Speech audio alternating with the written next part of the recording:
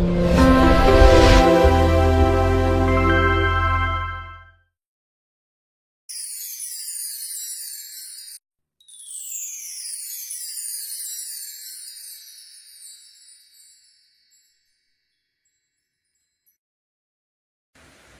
to God.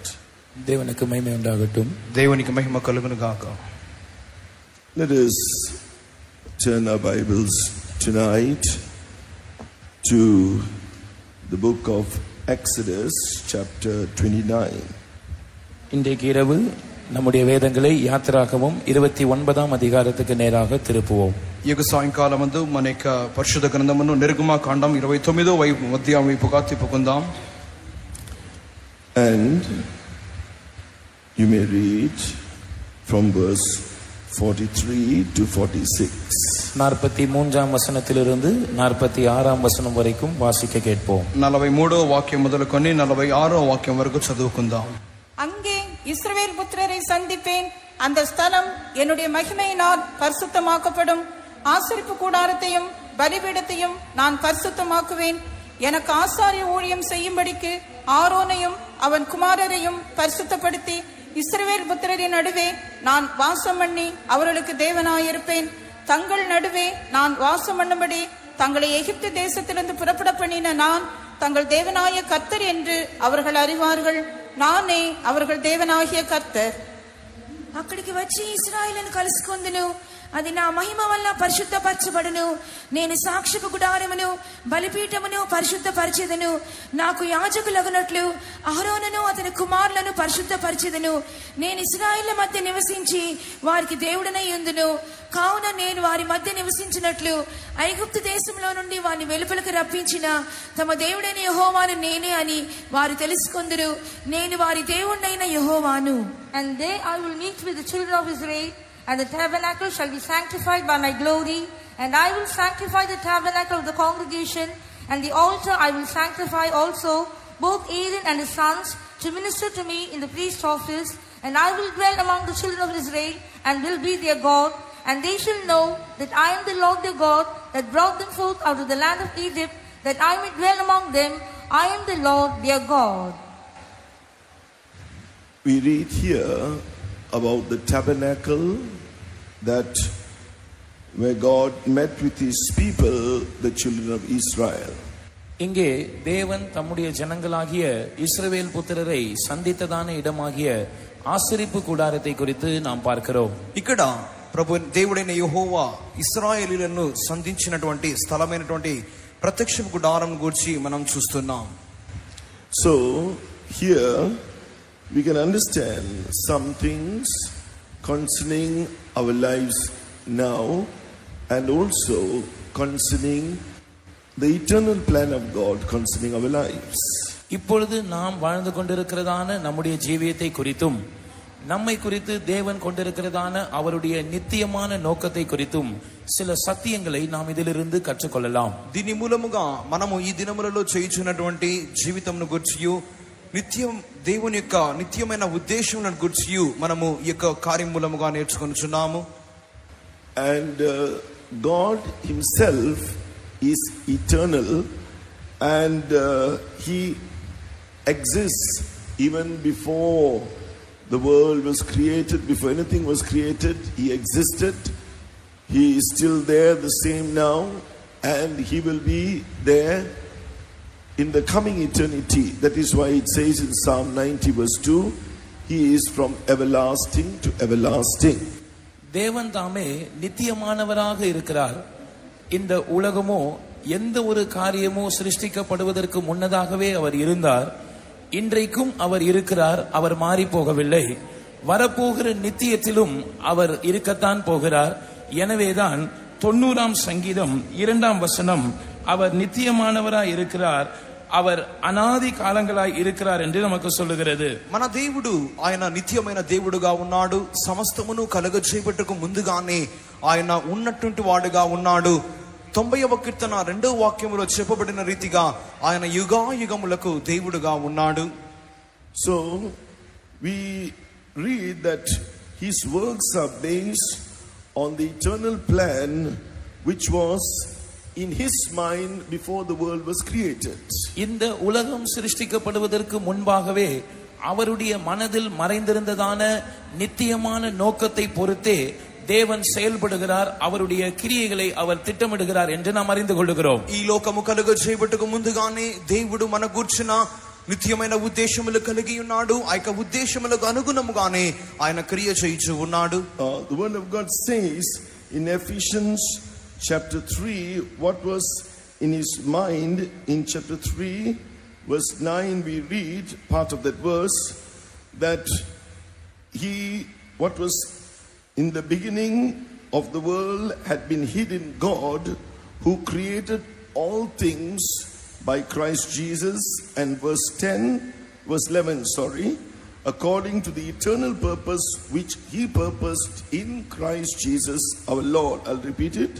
Here we see, it says here, that which was from the beginning of the world had been hid in God, who created all things by Christ Jesus, according to the eternal purpose which he purposed in Christ Jesus our Lord, is being revealed to us now. தேவனுடைய மனதில் மறைந்திருந்த அந்த திட்டம் என்ன என்பதை குறித்து நாம் வாசிக்கும் போது எபேசியர் 3ஆம் அதிகாரம் 9ஆம் வசனத்திலிருந்து 11ஆம் வசனம் வரைக்கும் நாம் அதை வாசித்து விளங்கிக் கொள்கிறோம். இயேசு கிறிஸ்துவை கொண்டு எல்லாவற்றையும் சிருஷ்டித்த தேவனுக்குள்ளே ஆதி காலங்கள் முதல் மறைந்திருந்த அந்த ரகசியத்தினுடைய ஐக்கியம் இப்பொழுது நமக்கு வெளிப்படுத்தப்படுகிறது. அந்த சிருஷ்டிக்கப்பட்டது கிறிஸ்து இயேசுவுக்குள் கொண்டிருந்ததான அனாதி தீர்மானத்தின்படியே தேவன் சிருஷ்டித்தார் என்று 9ஆம் வசனம் நமக்கு சொல்லுகிறது. ఎఫెసీయులకు రాసిన పత్రిక 3వ అధ్యాయము 9వ వాక్యం నుండి 11వ వాక్యం వరకు చదువుతున్నప్పుడు ప్రభువైన క్రీస్తు యేసునందు చేసిన నిత్య సంకల్పము చొప్పున ఆయన దేవుని యందు పూర్వకాలం నుండి ఆయన సమస్తమును కలిగించి ఉన్నాడు. ఆ యొక్క నిత్య ఉద్దేశమును ప్రభువైన యేసుక్రీస్తు మూలముగా ఆయన చేయుచు ఉన్నాడు. The tabernacle which God asked the Israelites to make, it was made up of 3 parts. இஸ்ரவேல் ஜனங்கள் தனக்கு ஒரு ஆசரிப்பு கூடாரத்தை உண்டாக்க வேண்டும் என்று தேவன் சொன்னார். அந்த ஆசரிப்பு கூடாரத்துக்கு 3 பகுதிகள் காணப்பட்டது. దేవుడు ఇశ్రాయేలీయులను ప్రత్యక్షపు గుడారము చేయమని చెప్పి ఉన్నాడు. ఆ యొక్క ప్రత్యక్షపు గుడారం నందు 3 భాగములు కనబడుచున్నవి. In Exodus chapter 27, we won't read the scriptures, but just for your reference, in Exodus chapter 27 verse 16 and 17, it speaks of the court, that is the outer court. யாத்திராகமம் 27ஆம் அதிகாரம் 16-17 வசனங்கள் இப்பொழுது வாசிக்க வேண்டாம். அங்கே ஆசரிப்பு கூடாரத்தின் முதல் பகுதியான வெளி பிரகாரத்தை குறித்து அங்கே சொல்லப்பட்டிருக்கிறதை நாம் பார்க்கிறோம். నిర్గమాకాండము 27వ అధ్యాయము 16-17 వాక్యములో చదువుచున్నప్పుడు అక్కడ ప్రత్యక్ష గుడారం యొక్క మొదటి భాగమైనటువంటి ఆవరణము అని చూస్తున్నాం. Then in Hebrews chapter 9 verse 2, it speaks about the holy place. Here it is mentioned as a sanctuary. எபிரேயர் 9ஆம் அதிகாரம் 2ஆம் வசனத்தில் பரிசுத்த ஸ்தலத்தை குறித்து சொல்லப்பட்டிருக்கிறது. హెబ్రీయులకు రాసిన పత్రిక 9వ అధ్యాయము 2వ వాక్యంలో పరిశుద్ధ ప్రత్యక్ష గుడారంలోని 2వ స్థలమైనటువంటి పరిశుద్ధ స్థలం అని చెప్పబడి ఉన్నది. So in Hebrews 9:2, the holy place is also mentioned as the first tabernacle. The third place is mentioned in Hebrews chapter 9 verse 7. It was called the most holy place. In verse 7, it is called the second tabernacle. இந்த பரிசுத்த ஸ்தலமானது எபிரேயர் 9ஆம் அதிகாரம் முதல் 2 வசனத்திலே அது முந்தின கூடாரம் இல்லாவிட்டால் முதலாம் கூடாரம் என்று சொல்லப்பட்டிருக்கிறது. ஆசரிப்பு கூடாரத்தினுடைய 3வது பகுதியாகிய மகா பரிசுத்த ஸ்தலத்தை குறித்து அதே எபிரேயர் 9ஆம் அதிகாரம் 7ஆம் வசனத்தில் நாம் வாசிக்கிறோம். அங்கே அது 2ஆம் கூடாரம் என்று அழைக்கப்படுகிறதை நாம் பார்க்கிறோம். హెబ్రీయులకు రాసిన పత్రిక 9వ అధ్యాయము 2వ వాక్యములో చదువుచున్నప్పుడు 2వ భాగమైనటువంటి పరిశుద్ధ స్థలమునకు మొదటి గుడారము అని పేరు ఇవ్వబడి ఉన్నది. 3వ భాగమును గురించి మనం చదువుచున్నప్పుడు 9వ అధ్యాయము 7వ వాక్యమునందు అది 2వ గుడారము లేక అతి పరిశుద్ధ స్థలం అని పిలువబడుచున్నది. So that which was from the beginning of the world, which had been hid in God, who created all things by Christ Jesus, is concerning, first of all, we can understand about the eternal places which God was going to create. தேவன் நம்முடைய கர்த்தராகிய இயேசு கிறிஸ்துவுக்குள் கொண்டிருந்த அனாதி தீர்மானத்தின்படியே இயேசு கிறிஸ்துவை கொண்டு எல்லாவற்றையும் சிருஷ்டித்தார் என்று நாம் பார்க்கும்போது அது சிருஷ்டிக்கப்பட்ட இல்லாவிட்டால் சிருஷ்டிக்கப்படுகிற நித்தியமான ஸ்தலங்களை காட்டுகிறது. ప్రభువైన యేసుక్రీస్తు మూలముగా దేవుడు సమస్తమును కలుగజేసి ఉన్నాడు అని చెప్పినప్పుడు ఆ యొక్క సృష్టింపబడిన ఆ యొక్క స్థలములున్నవి నిత్యమునకు సంబంధించినవిగా ఉన్నవి. And in this tabernacle it speaks of eternal things, as it says in Hebrews chapter 9 verse 11. இந்த ஆசரிப்பு கூடாரமும் கூட நித்தியத்தின் வாசஸ்தலங்களை குறித்தே பேசுகிறது. அதை குறித்து தான் நாம் எபிரேயர் 9ஆம் அதிகாரம் 11ஆம் வசனத்தில் வாசிக்கிறோம். హెబ్రీయులకు రాసిన పత్రిక 9వ అధ్యాయము 11వ వాక్యములో ఈ యొక్క ప్రత్యక్షపు కూడారములోని ఈ యొక్క స్థలములన్నీ నిత్యమునకు సంబంధించినవిగానే చెప్పబడుచున్నవి. He is speaking, the earthly tabernacle which they created was speaking actually as a shadow, was 11 of a more greater and more perfect tabernacle, not made with hands, which is, that is to say, not of this building or not of this creation. இந்த ஆசரிப்பு கூடாரமானது நித்தியத்தின் வாசஸ்தலங்களை குறித்து காட்டுகிறது. ஒரு நிழலாட்டமாக நித்தியத்திலே காணப்படுகிற இடங்களுக்கு அது நிழலாய் இருக்கிறது என்று நான் உங்களுக்கு சொன்னேன். அதை குறித்து 9ஆம் அதிகாரம் 11ஆம் வசனம் இப்படி சொல்லுகிறது: கைகளினால் செய்யப்பட்டதாகிய இந்த சிருஷ்டி சம்பந்தமான கூடாரத்தின் வழியாக அல்ல, அது பெரிதும் உத்தமமான கூடாரத்தின் வழியாக என்று நாம் பார்க்கிறோம். ఈ యొక్క ప్రత్యక్ష గుడారమున్నది నిత్య నివాస స్థలమునకు సాదృశ్యంగా ఉన్నది అని నేమితో చెప్పిన ఈ కార్యమున్నది 9వ అధ్యాయం 11వ వాక్యంలో చెప్పినప్పుడు హస్తకృతము కానిది అనగా ఈ సృష్టి సంబంధము కానిదియు మరి ఘనమైనదియు పరిపూర్ణమైనది అనే గుడారము ద్వారా చెప్పబడుచున్నది. And so it speaks of this, which is that which is not of this building or not this creation. It speaks of that creation in 2 Peter chapter 3 and verse 13. It says here, nevertheless we, according to his promise, look for new heavens and a new earth wherein dwelleth righteousness. இது ஏதோ சிருஷ்டி சம்பந்தமான ஒரு கட்டடத்தை குறிக்கிறது அல்ல. 2 பேதுரு 3ஆம் அதிகாரம் 13ஆம் வசனத்திலே நாம் வாசிக்கிறது போல, அவருடைய வாக்குத்தத்தத்தின்படியே நீதி வாசமாயிருக்கும் புதிய வானங்களும் புதிய பூமியும் உண்டாகும் என்று நாம் காத்திருக்கிறோம் என்பதை அது குடிக்கிறதா இருக்கிறது. వీటిని గురించి మనం చెప్పుకొనుచున్నప్పుడు ఇవన్నీ సృష్టి సంబంధమైన లేక కట్టడ సంబంధమైన భవన సంబంధమైన కార్యముల గురించి చెప్పబడట్లేదు. కానీ 2వ పేతురు 3వ అధ్యాయము 13వ వాక్యమునందు ఆయన వాగ్దానమును బట్టి క్రొత్త ఆకాశముల కొరకును క్రొత్త భూమి కొరకును కనిపెట్టుచున్నాము, వాటి యందు నీతి నివసించును. And so this plan will appear, when it is fulfilled, will appear as three worlds in eternity called as new earth, new heaven and new Jerusalem.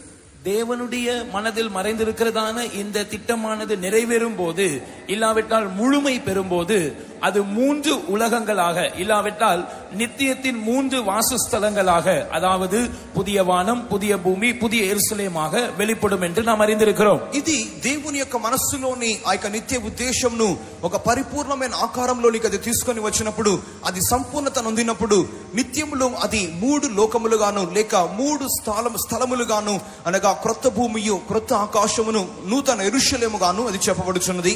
These 3 places in eternity which are mentioned in Revelation chapter 21 verse 1 and 3, it is the reality of what is seen as a shadow in the Old Testament tabernacle. நித்தியத்தின் இந்த 3 வாசஸ்தலங்கள் வெளிப்படுத்தின விசேஷம் 21ஆம் அதிகாரம் 1 வசனத்திலும் 3ஆம் வசனத்திலும் குறிப்பிடப்பட்டிருக்கிறது. பழைய ஏற்பாட்டு காலத்தில் காணப்பட்டதான ஆசரிப்பு கூடாரத்தின் 3 இடங்களானது நித்தியத்தின் இந்த 3 இடங்களுக்கு நிழலாட்டமாகவே காணப்பட்டது. ఇక్కడ చెప్పబడినటువంటి ఈ యొక్క 3 స్థలములను గురించి ప్రకటన గ్రంథము 21వ అధ్యాయము 1వ వాక్యమును 3వ వాక్యములో చెప్పబడుచున్నది. పాత నిబంధన కాలంలోని ప్రత్యక్ష గుడారములోని 3 స్థలములను నిత్యములోని ఈ యొక్క 3 స్థలములకు సాదృశ్యముగా చెప్పబడుచున్నవి. And to reveal this mystery which was kept secret since the world began, which was kept secret from man, this is why Christ Jesus our Lord came to this world. உலகம் உண்டானது முதற்கொண்டு மனிதனுக்கு ஒரு ரகசியமாகவே வைக்கப்பட்டிருந்ததான இந்த ரகசியத்தை வெளிப்படுத்தும்படியாகத்தான் நம்முடைய ஆண்டவராகிய இயேசு கிறிஸ்து இந்த ఉలగத்துக்கு கடந்து வந்தார். జగత్పునాది వేయబడినది మొదలుకొని మనుషులకు రహస్యముగానే ఉంచబడినటువంటి ఈ కార్యమును మనుషులకు బయలుపరచు నిమిత్తమై ప్రభువైన యేసుక్రీస్తు బయలుపడి ఉన్నారు. That is why it is written in John's Gospel chapter 1. அதனால்தான் யோவான் சுவிசேஷம் 1ஆம் அதிகாரத்தில் நாம் இப்படி வாசிக்கிறோம். అందు నిమిత్తమే యోహాను సువార్త 1వ అధ్యాయములో మనం చదువుచున్నప్పుడు The Lord Jesus became man. ஆண்டவராகிய இயேசு மனிதனாக மாறினார். ప్రభువైన యేసు మనుష్యావతారంగా వచ్చెను. In John chapter 1 verse 1 it says he is the word of God. In John chapter 1 verse 3 through his word all things were created. யோவான் 1ஆம் அதிகாரம் 1ஆம் வசனத்திலே அவர் வார்த்தையா இருந்தார் என்று நாம் பார்க்கிறோம். 3ஆம் வசனத்திலே அந்த வார்த்தையினாலே சகலமும் சிருஷ்டிக்கப்பட்டது என்று நாம் பார்க்கிறோம். యోహాను సువార్త 1వ అధ్యాయము 1వ వాక్యంలో యేసుక్రీస్తు వాక్యముగా ఉండెనని చదువుచున్నాము. 3వ వాక్యం నందు ఆ యొక్క వాక్యము మూలముగానే సమస్తమును కలిగెను అని చదువుచున్నాము. Then in verse 14 we see the word became man or became flesh. 14ஆம் வசனத்திலே அந்த வார்த்தை மாம்சமானது இல்லாவிட்டால் மனித ரூபத்தை இயேசு எடுத்தார் என்று நாம் பார்க்கிறோம். 14వ వాక్యంలో చదువుచున్నాము ఆ యొక్క వాక్యము శరీరధారిగా మారెను లేక మనుష్యావతారమును ధరించెను అని చదువుచున్నాము. And he dwelt among us. The word dwelt there, in the meaning of the word dwelt there is tabernacled among us. அந்த வார்த்தை மாம்சமாகி அவர் நமக்குள்ளே வாசம் பண்ணினார் என்று சொல்லப்பட்டிருக்கிறது. வாசம் பண்ணினார் என்கிற அந்த வார்த்தையின் அர்த்தம் அவருடைய வாசஸ்தலத்தை அவர் நம் மத்தியிலே ஸ்தாபித்தார் என்று கொடுக்கப்பட்டிருக்கிறது. శరీరధారిగా ఆయన నివసించును అని మనం చదువుచున్నాము. నివసించును అనే ఒక మాట యొక్క అర్థమును మనం తీసుకున్నప్పుడు ఆయన తానే ఒక నివాస స్థలముగా మార్చబడి ఉన్నాడు అని చెప్పబడుచున్నది. And he was full of grace and truth. அவர் கிருபையினாலும் சத்தியத்தினாலும் நிறைந்தவராய் இருந்தார். ఆయన కృపా సత్య సంపూర్ణుడుగా ఉండెను. So what does he do for us now? இப்பொழுது அவர் நமக்காக என்ன செய்கிறார்? ఇప్పుడు ఆయన మన నిమిత్తమై ఏమి చేయుచున్నాడు? He brings us to the place where we can believe in him and be saved as we believe in the gospel of Christ, in what he did for us through his death for us on the cross. அவர் மேல் விசுவாசம் வைத்து கிறிஸ்துவின் சுவிசேஷத்தின் மேல் விசுவாசம் வைத்து, அதாவது அவர் நமக்காக கல்வாரி சிலுவையில் மரித்து எந்த கிரியையை நமக்காக செய்து முடித்தார் என்கிறதை கிறிஸ்துவின் சுவிசேஷத்தை நாம் விசுவாசித்து ரட்சிக்கப்படுகிற இடத்துக்கு அவர் நம்மை கொண்டு வருகிறார். ఆయన యందలియు ఆయన యొక్క సువార్త యందలియు మన విశ్వాసం ఉంచి కల్వారి సిలువలో ఆయన చేసినటువంటి ఆ యొక్క క్రియలు మన నిమిత్తమై ఆయన ఏమి చేసి ఉన్నాడని ఆ క్రియలను ఆయన యొక్క సువార్త మూలముగా విశ్వసించినటువంటి ఆ యొక్క స్థలమునకు తీసుకొని వచ్చుచున్నాడు. And step by step he leads us through the gospel into a deeper experience in order that this purpose would be revealed to us. அவருடைய நோக்கம் நமக்கு வெளிப்படுத்தப்படும்படியாக இந்த சுவிசேஷத்தின் மூலமாகவே படிப்படியாக நம்மை ஆழமான சத்தியங்களுக்குள்ளும் ஆழமான அனுபவங்களுக்குள்ளும் அவர் நம்மை வழிநடத்துகிறார் என்று நாம் பார்க்கிறோம். ఆయన ఉద్దేశమును మనము గ్రహించున్నట్లుగా ఈ యొక్క సువార్త మూలముగా ఆయన లోతైన అనుభవముల గుండా మనల్ని నడిపించుచు ఉన్నాడు. And it says there, that is what we read in 2 Timothy chapter 1 and verse 9 and 10. 2 தீமோத்தேயு 1ஆம் அதிகாரம் 9, 10 వచనங்களை நாம் வாசிக்கிற வேளையில் 2వ తిమోతి 1వ అధ్యాయము 9, 10 వాక్యములలో చదువుచున్నప్పుడు he saves us and by his grace and calls us with a holy calling by his grace, so that his hidden mysteries and hidden grace, all that he has purpose concerning us in Christ Jesus, may be given to us. மறைக்கப்பட்டதான ரகசியங்களும் அந்த கிருபையின் ரகசியமும் கிறிஸ்துவுக்குள் நம்மை குறித்து தீர்மானிக்கப்பட்ட எல்லாமும் நமக்கு கொடுக்கப்படும்படியாக அவர் கிருபையினாலே நம்மை ரட்சித்து அந்த கிருபையின் மூலமாக பரிசுத்த அழைப்பினால் நம்மை அழைக்கிறார் என்று நாம் வாசிக்கிறோம். మరుగు చేయబడిన సమస్తమును ఆయన యొక్క కృపా బాహుళ్యమును మనం పొందుకున్న నిమిత్తమై ఆయన మనలను రక్షించి కృప ద్వారా రక్షించి పరిశుద్ధమైన పిలుపుతో ఆయన మనల్ని పిలుచుచు ఉన్నాడు. How is it revealed to us? Verse 10, but now is now made manifest by the appearing of our Savior Jesus Christ, who hath abolished death and hath brought life and immortality to light through the gospel. அந்த அனாதி நோக்கம் எப்படி நமக்கு வெளிப்படுத்தப்படுகிறது என்று 10ஆம் வசனத்தில் நாம் வாசிக்கும் போது, நம்முடைய இரட்சகராகிய இயேசு கிறிஸ்து பிரசன்னமானதினாலே அந்த கிருபை இப்பொழுது வெளிப்படுத்தப்பட்டது. அவர் மரணத்தை பரிகரித்து ஜீவனையும் அழியாமையும் சுவிசேஷத்தினாலே வெளியரங்கமாக்கினார் என்று వాసిக்கிறோம். ఆయన యొక్క ఉద్దేశము ఏ రీతిగా బయలుపరచబడుచున్నది అని 10వ వాక్యంలో చదువుచున్నప్పుడు, క్రీస్తు యేసును మన రక్షకుని ప్రత్యక్షత వలన బయలుపరచబడినదియు, తన కృపను బట్టి మనల్ని రక్షించి పరిశుద్ధమైన పిలుపుతో ఆయన మనల్ని పిలిచెను. ఆ క్రీస్తు యేసు మరణమును నిరర్ధకం చేసి జీవమును అక్షయతను సువార్త వలన వెలుగులోనికి తెచ్చెను. From this verse we can see Jesus appeared to reveal to man, but then he died and rose again.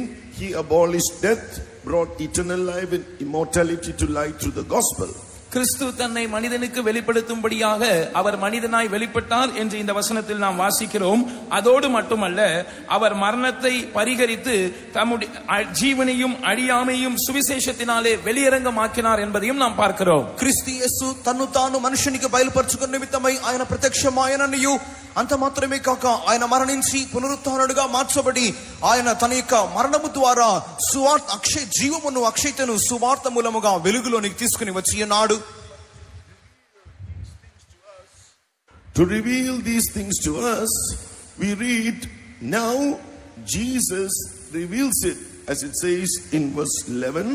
Paul, who wrote this epistle, said, for this purpose I am appointed a preacher and an apostle and a teacher of the Gentiles, to reveal these unsearchable riches by his grace.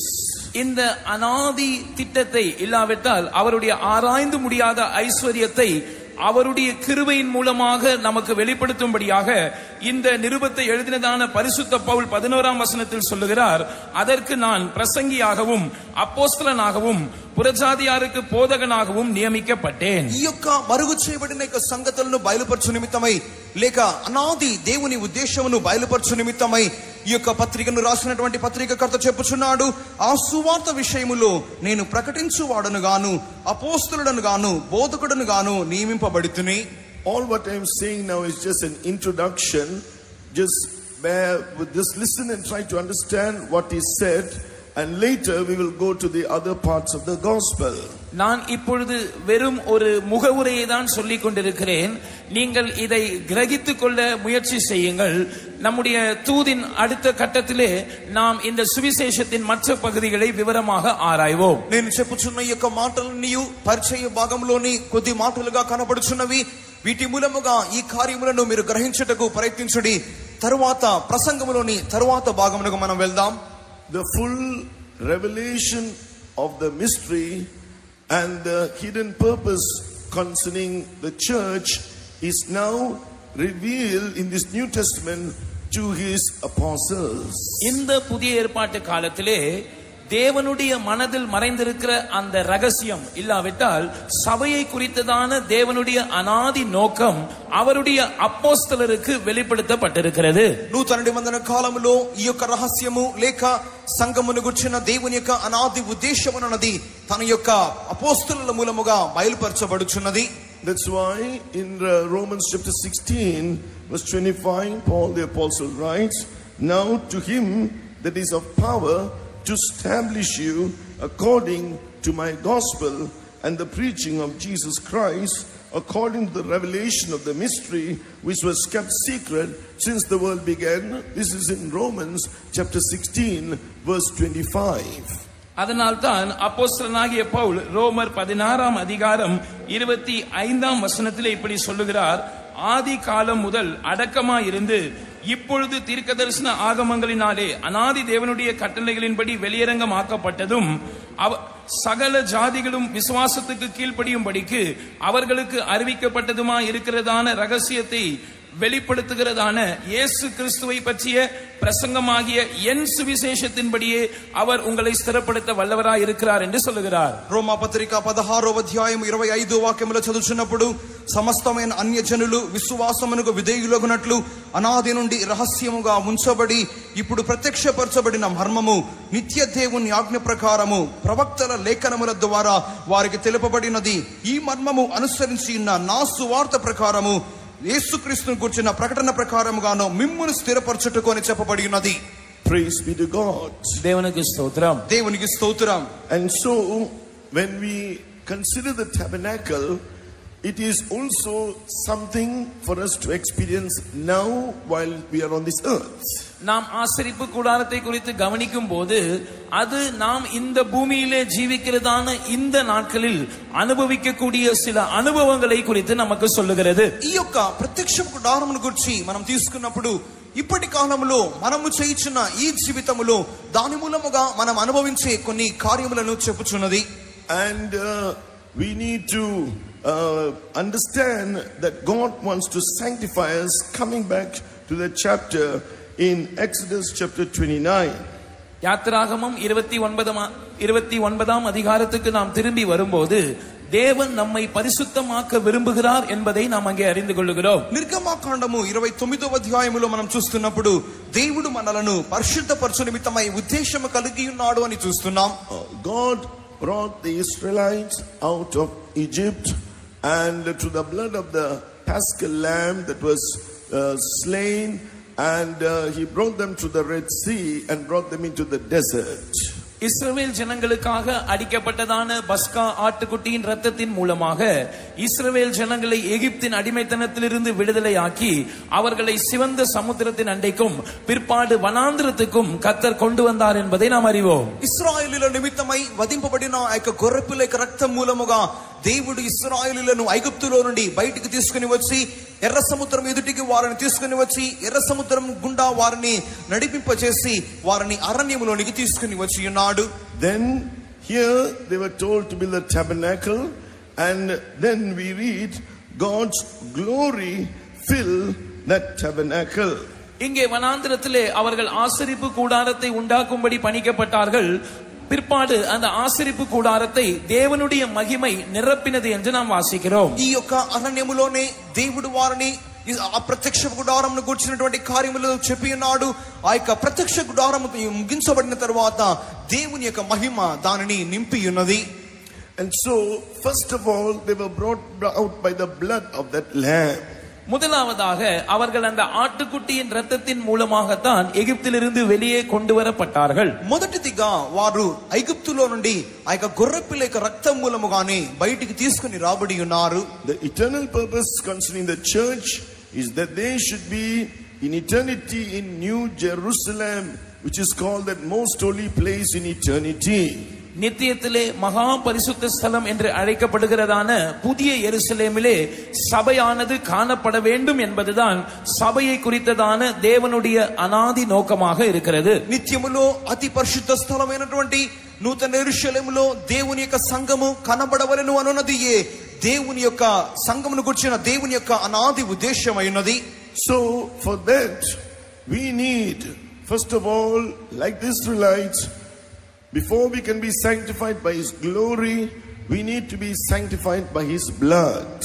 அவருடைய மகிமையினாலே நாம் பரிசுத்தமாக்கப்படுவதற்கு முன்பாக இஸ்ரவேல் ஜனங்களைப் போல முதலாவதாக நாம் அவருடைய இரத்தத்தினாலே பரிசுத்தமாக்கப்பட வேண்டியது நமக்கு அவசியமாய் இருக்கிறது. మనము దేవుని మహిమ మూలముగా పరిశుద్ధపరచబడుటకు ముందుగా ఇశ్రాయేలీల వలె మనము మొదటిదిగా దేవుని యొక్క యేసుక్రీస్తు యొక్క రక్తం మూలముగా పరిశుద్ధపరచబడవలసిన వారమై ఉన్నాము. As it says in Ephesians, the first chapter, it says here in Jesus, in verse 7, we have redemption through His blood and the forgiveness of sins according to the riches of His grace. இதை குறித்து எபேசியர் 1ஆம் அதிகாரம் 7ஆம் வசனத்தில் நாம் வாசிக்கிறோம். அதாவது அவருடைய கிருபையின் ஐஸ்வரியத்தின்படியே இவருடைய இரத்தத்தினாலே, இல்லாவிட்டால் இயேசு கிறிஸ்துவின் இரத்தத்தினாலே பாவ மன்னிப்பாகிய மீட்பு இவருக்குள் நமக்கு உண்டாயிருக்கிறது. ఎఫెసీయులకు రాసిన పత్రిక 1వ అధ్యాయము 7వ వాక్యములో చదువుచున్నప్పుడు దేవుని కృపా మహాదైశ్వర్యమును బట్టి ఆ ప్రియుని యందు ఆయన రక్తం వలన అనగా యేసుక్రీస్తు రక్తం వలన మనకు విమోచనము అనగా మన అపరాధములకు క్షమాపణ మనకు కలిగి ఉన్నది.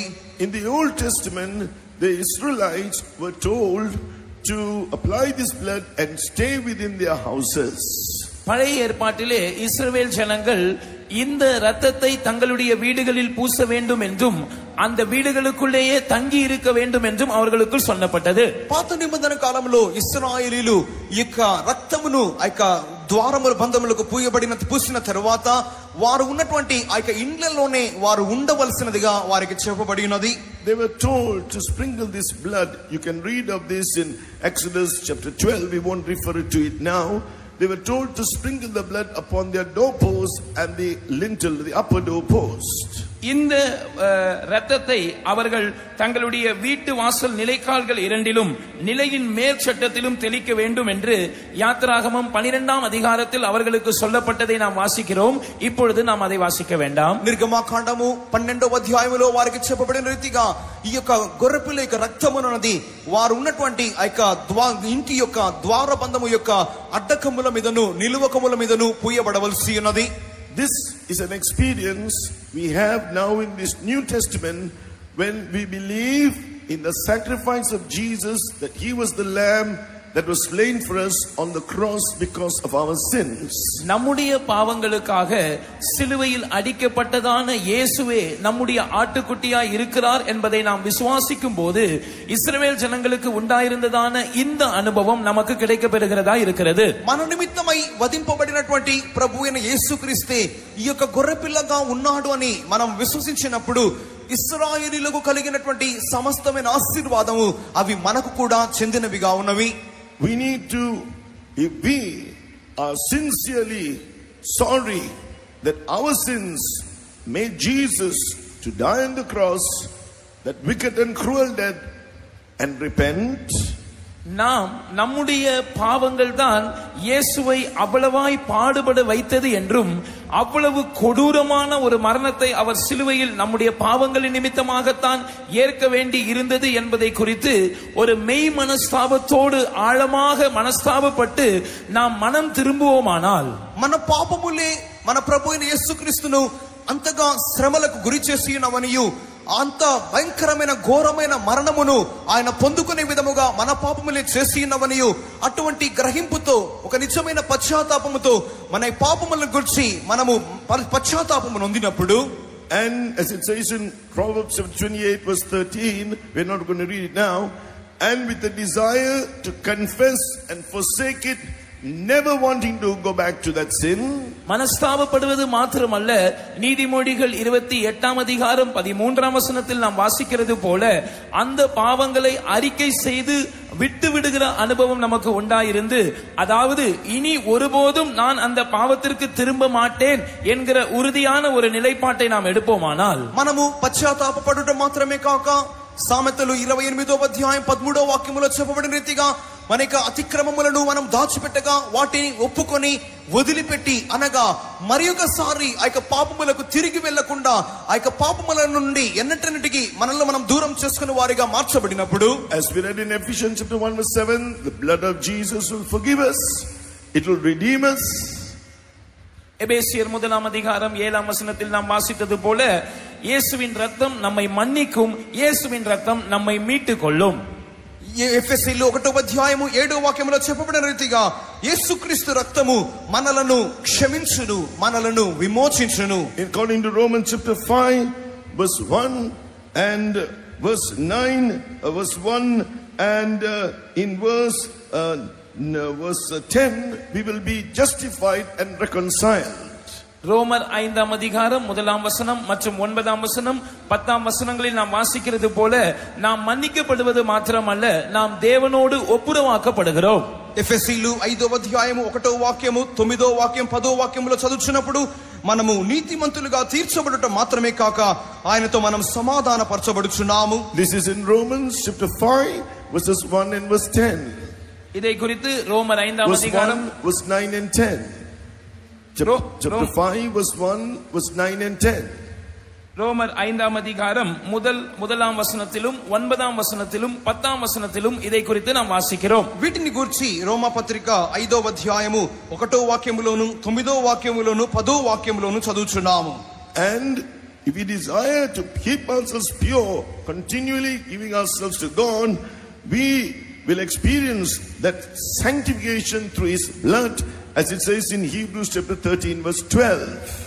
நாம் தொடர்ந்து நம்மை தேவனுக்கு ஒப்பு கொடுத்து நாம் பரிசுத்தமாய் இருக்க நாம் வாஞ்சிப்போமானால் எபிரேயர் 13ஆம் அதிகாரம் 12ஆம் வசனத்தில் சொல்லப்பட்டபடியே அவருடைய இரத்தத்தினால் உண்டாகிற பரிசுத்தமாகுதலை நம்முடைய ஜீவியத்தில் நாம் அனுபவிக்க கூடியவர்களாய் இருப்போம். వీటి నిమిత్తమై మన జీవితాన్ని పూర్తిగా అప్పగించుకొని ఆయన యొక్క రక్త మూలముగా పొందినటువంటి ఆ యొక్క విమోచనలో మనం నిలిచిన వారముగా ఉండినట్లయితే హెబ్రీలు 13వ అధ్యాయం 12వ వాక్యములో చెప్పబడిన రీతిగా ఆయన రక్తం మూలముగా కలుగ చేయబడు ఆ యొక్క పరిశుద్ధపరచబడే కార్యమును మనం పొందుకొనుచున్నాము. We don't have time in a short time as this to explain everything. You can continue to follow these truths in our fellowship wherever we have the fellowship. இந்த குறுகிய நேரத்திலே எல்லா சத்தியங்களையும் விவரமாக சொல்வதென்பது இயலாத காரியமா இருக்கிறபடியினால் எங்களுடைய சபையின் ஐக்கியம் எந்தெந்த இடங்களில் இருக்கிறதோ அந்தந்த இடங்களில் நீங்கள் எங்களோடு ஐக்கியப்பட்டு தொடர்ந்து இந்த சத்தியங்களை அறியும்படியாக நாங்கள் உங்களை அன்போடு அழைக்கிறோம். ఈ యొక్క కొద్ది సమయములో ఈ కార్యములను తేటగా చెప్పు నిమిత్తమై సమయము లేనందువలన మా యొక్క ఐక్యత ఏ ఏ స్థలములలో మీరు కనుగొనుచున్నారో ఆ యొక్క ఐక్యత ఆయనలోని ఆ యొక్క కూటములలో పాలు పొంది ఈ యొక్క కార్యములు మీరు తెలుసుకొనుడి. In Egypt they were stayed within the houses, separated from the Egyptians who were outside. It shows us how initially we are separated from sin and sinners in this world. இஸ்ரவேல் ஜனங்கள் அந்த ஆட்டுக்குட்டியின் இரத்தத்தை தங்களுடைய வீடுகளில் பூசின பிற்பாடு வீடுகளுக்கு வெளியே இருந்ததான எகிப்தியரை விட்டு தங்களை வேறுபிரித்துக் கொண்டு அந்த வீடுகளுக்குள்ளே தங்கி இருக்க வேண்டிய அனுபவம் நாம் இந்த ரட்சிப்பின் ஆரம்ப கட்ட நிலையிலே பாவத்திலிருந்தும் பாவிகளிடத்திலிருந்தும் நம்மை வேறு பிரித்துக் கொள்ளுகிற அனுபவத்தோடு ஒப்பிட்டு பேசப்படுகிறது. ఇశ్రాయేలీలు ఆ యొక్క గొర్రెపిల్ల యొక్క రక్తము పోయబడినటువంటి ఆ యొక్క ద్వారబంధములు కలిగినటువంటి ఆ యొక్క ఇండ్లలోనే ఉండి తమ్మును తాము ఏ రీతిగా ఐగుప్తీయుల నుండి వేరు చేసుకొని ఉన్నారో అదే రీతిగా మనము రక్షణ పొందిన ప్రారంభములో మన జీవితమును పాపము నుండి మనలను పాపుల నుండి వేరుపరచుకునే అనుభవమును చూపుచున్నది. We must be diligent to cleanse ourselves and purify ourselves through His blood. The word of God says in Hebrews chapter 9 verse 14 that blood of Christ, it's a blood that can purge our conscience to be found that is without spot, and it can purge our conscience. எபிரேயர் 9ஆம் அதிகாரம் 14ஆம் வசனத்திலே நாம் வாசிக்கிற பிரகாரம் இயேசு கிறிஸ்துவினுடைய குற்றமற்ற பழுதற்றதான இரத்தம் நம்முடைய மனசாட்சியை செத்த கிரியைகளற சுத்திகரிப்பது நிச்சயமா இருக்கிறபடியினால் அவருடைய இரத்தத்தினால் கழுவப்படுவதற்கும் பரிசுத்தமாக்கப்படுவதற்கும் நாம் நம்மை ஒப்பு கொடுப்பது அவசியமாக இருக்கிறது. హెబ్రీయులకు రాసిన పత్రిక 9వ అధ్యాయం 14వ వాక్యంలో చెప్పబడిన రీతిగా యేసుక్రీస్తు యొక్క నిర్దోషమైన రక్తమున్నది నిర్జీవ క్రియలను విడిచి జీవము గల దేవుని సేవించుటకు మనకి మనస్సాక్షిని ఏ విధముగా కడుగుచున్నదో ఆ విధముగా మన జీవితమును యేసుక్రీస్తు యొక్క రక్తము మూలముగా పరిశుద్ధపరచుకునే నిమిత్తమై మనం ఎల్లప్పుడూ అప్పగించు వారమై ఉండాలి. Further, as we grow in our spiritual life, we need to keep separate from those who do not hold the truth, those who believe in erroneous doctrines and who live disorderly, even though they may be called children of God. அடுத்த கட்டமாக நம்முடைய ஆவிக்குரிய ஜீவியத்திலே நாம் முன்னேறி வரும்போது தேவனுடைய பிள்ளைகள் என்று அழைக்கப்பட்டாலும் கூட சத்தியத்தை கைக்கொள்ளாமல் ஜீவிக்கிறவர்களிடத்திலிருந்தும் முறைகேடான ஒரு வாழ்க்கை வாழ்கிறவர்களிடத்திலிருந்தும் பிழையான உபதேசங்களை கை கொள்ளுகிறவர்களிடத்திலிருந்தும் நம்மை நாம் வேறு பிரித்துக் கொள்ள வேண்டியது நமக்கு అత్యవసరமாக இருக்கிறது. ఇది ఈ విధముగా ఉండినప్పటికీ మనము రక్షణ పొందిన తరువాత దేవుని బిడ్డలుగా మార్చబడి మన ఆత్మీయ జీవితంలో ముందుకు సాగుచున్న సమయంలో సత్య ప్రకారముగా జీవించిన వారి యొద్ద నుండి వక్రమైన జీవితము చేయి వారి యొద్ద నుండి తప్పైన ఉపదేశములు బోధించుతూ వాటి ప్రకారం జీవించు వారి యొద్ద నుండి మన జీవితమును మనం వేరు చేసుకొని జీవించవలసినది. Praise be to God. దేవునికి స్తోత్రం. దేవునికి స్తోత్రం. So we need to be sanctified by His blood, and then the word of God says the Lord Jesus will deliver us or enable us even to overcome the accuser of the brethren who will come to accuse us we can overcome Satan through that blood, as it says in Revelation chapter 12 verse 11.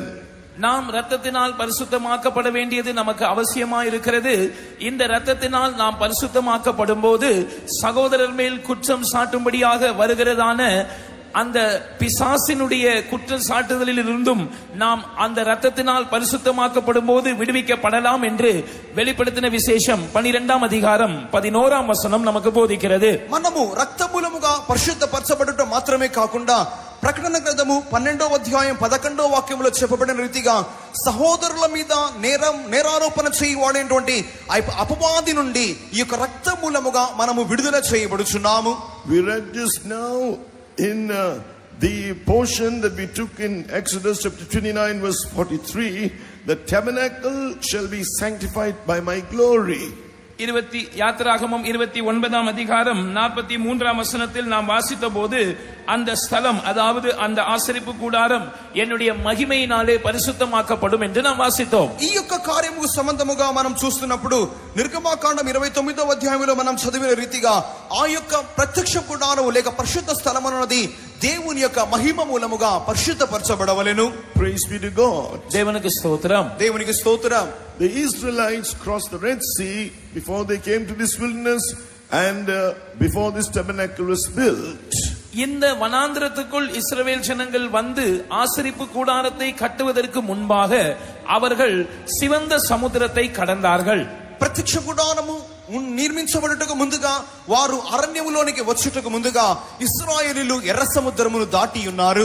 According to 1 Corinthians chapter 10 verse 1 and 2, it speaks is a shadow of the truth of baptism. We begin to experience the sanctification of His word when we obey God's word or the truth in baptism. இந்த சிவந்த சமுத்திரத்தை கடக்கிற அனுபவமானது 1 கொரிந்தியர் 10ஆம் அதிகாரம் முதல் 2 வசனங்களில் நாம் வாசிக்கிற பிரகாரம் தண்ணீர் ஞானஸ்நான சத்தியத்துக்கு கீழ்ப்படிவதற்கு நிழலாட்டமாய் இருக்கிறது.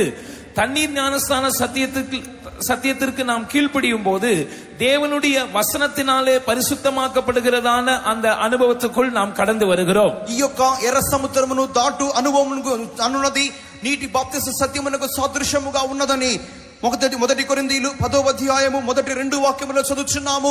ఈ యొక్క నీటి బాప్తిస్మ సత్యమునకు మనల్ని మనం అప్పగించుకున్నప్పుడు మనము దేవుని వాక్యమూలముగా పరిశుద్ధపరచబడే అనుభవములోనికి వచ్చుచున్నాము. Praise be to God. దేవునికి స్తోత్రం. దేవునికి స్తోత్రం. So we need to daily give ourselves to God in order to obey God's word, to obey Him and to do the will of God as Jesus did the will of the Father. ஒவ்வொரு நாளும் கர்த்தருடைய வசனத்துக்கு நாம் நம்மை ஒப்பு கொடுத்து அவருக்கும் அவருடைய வசனத்துக்கும் கீழ்ப்படிந்து இயேசு எப்படி பிதாவின் சித்தத்தை செய்தாரோ அதே போல நாமும் தேவ சித்தத்தை செய்யும்படியாக நம்மை ஒப்பு கொடுக்க வேண்டியது நமக்கு அவசியமாய் இருக்கிறது. ఒక్కొక్క దినము మనము దేవుని యొక్క వాక్యమునకు మనల్ని మనం అప్పగించుకొని దేవుని యొక్క చిత్తమునకును ఆయన యొక్క వాక్యమునకును మనల్ని మనం అప్పగించుకొని కుమారుడైన క్రీస్తు ఏ విధముగా తండ్రి యొక్క చిత్తము చేసినాడో మనము కూడా దేవుని యొక్క చిత్తము చేయ నిమిత్తమై మనలను మనము సమర్పించుకొనవలసి ఉన్నది. The Lord Jesus spoke of this word that is able to sanctify. In John chapter 15, He told His disciples in verse 3, now ye are clean by the word that I have spoken unto you.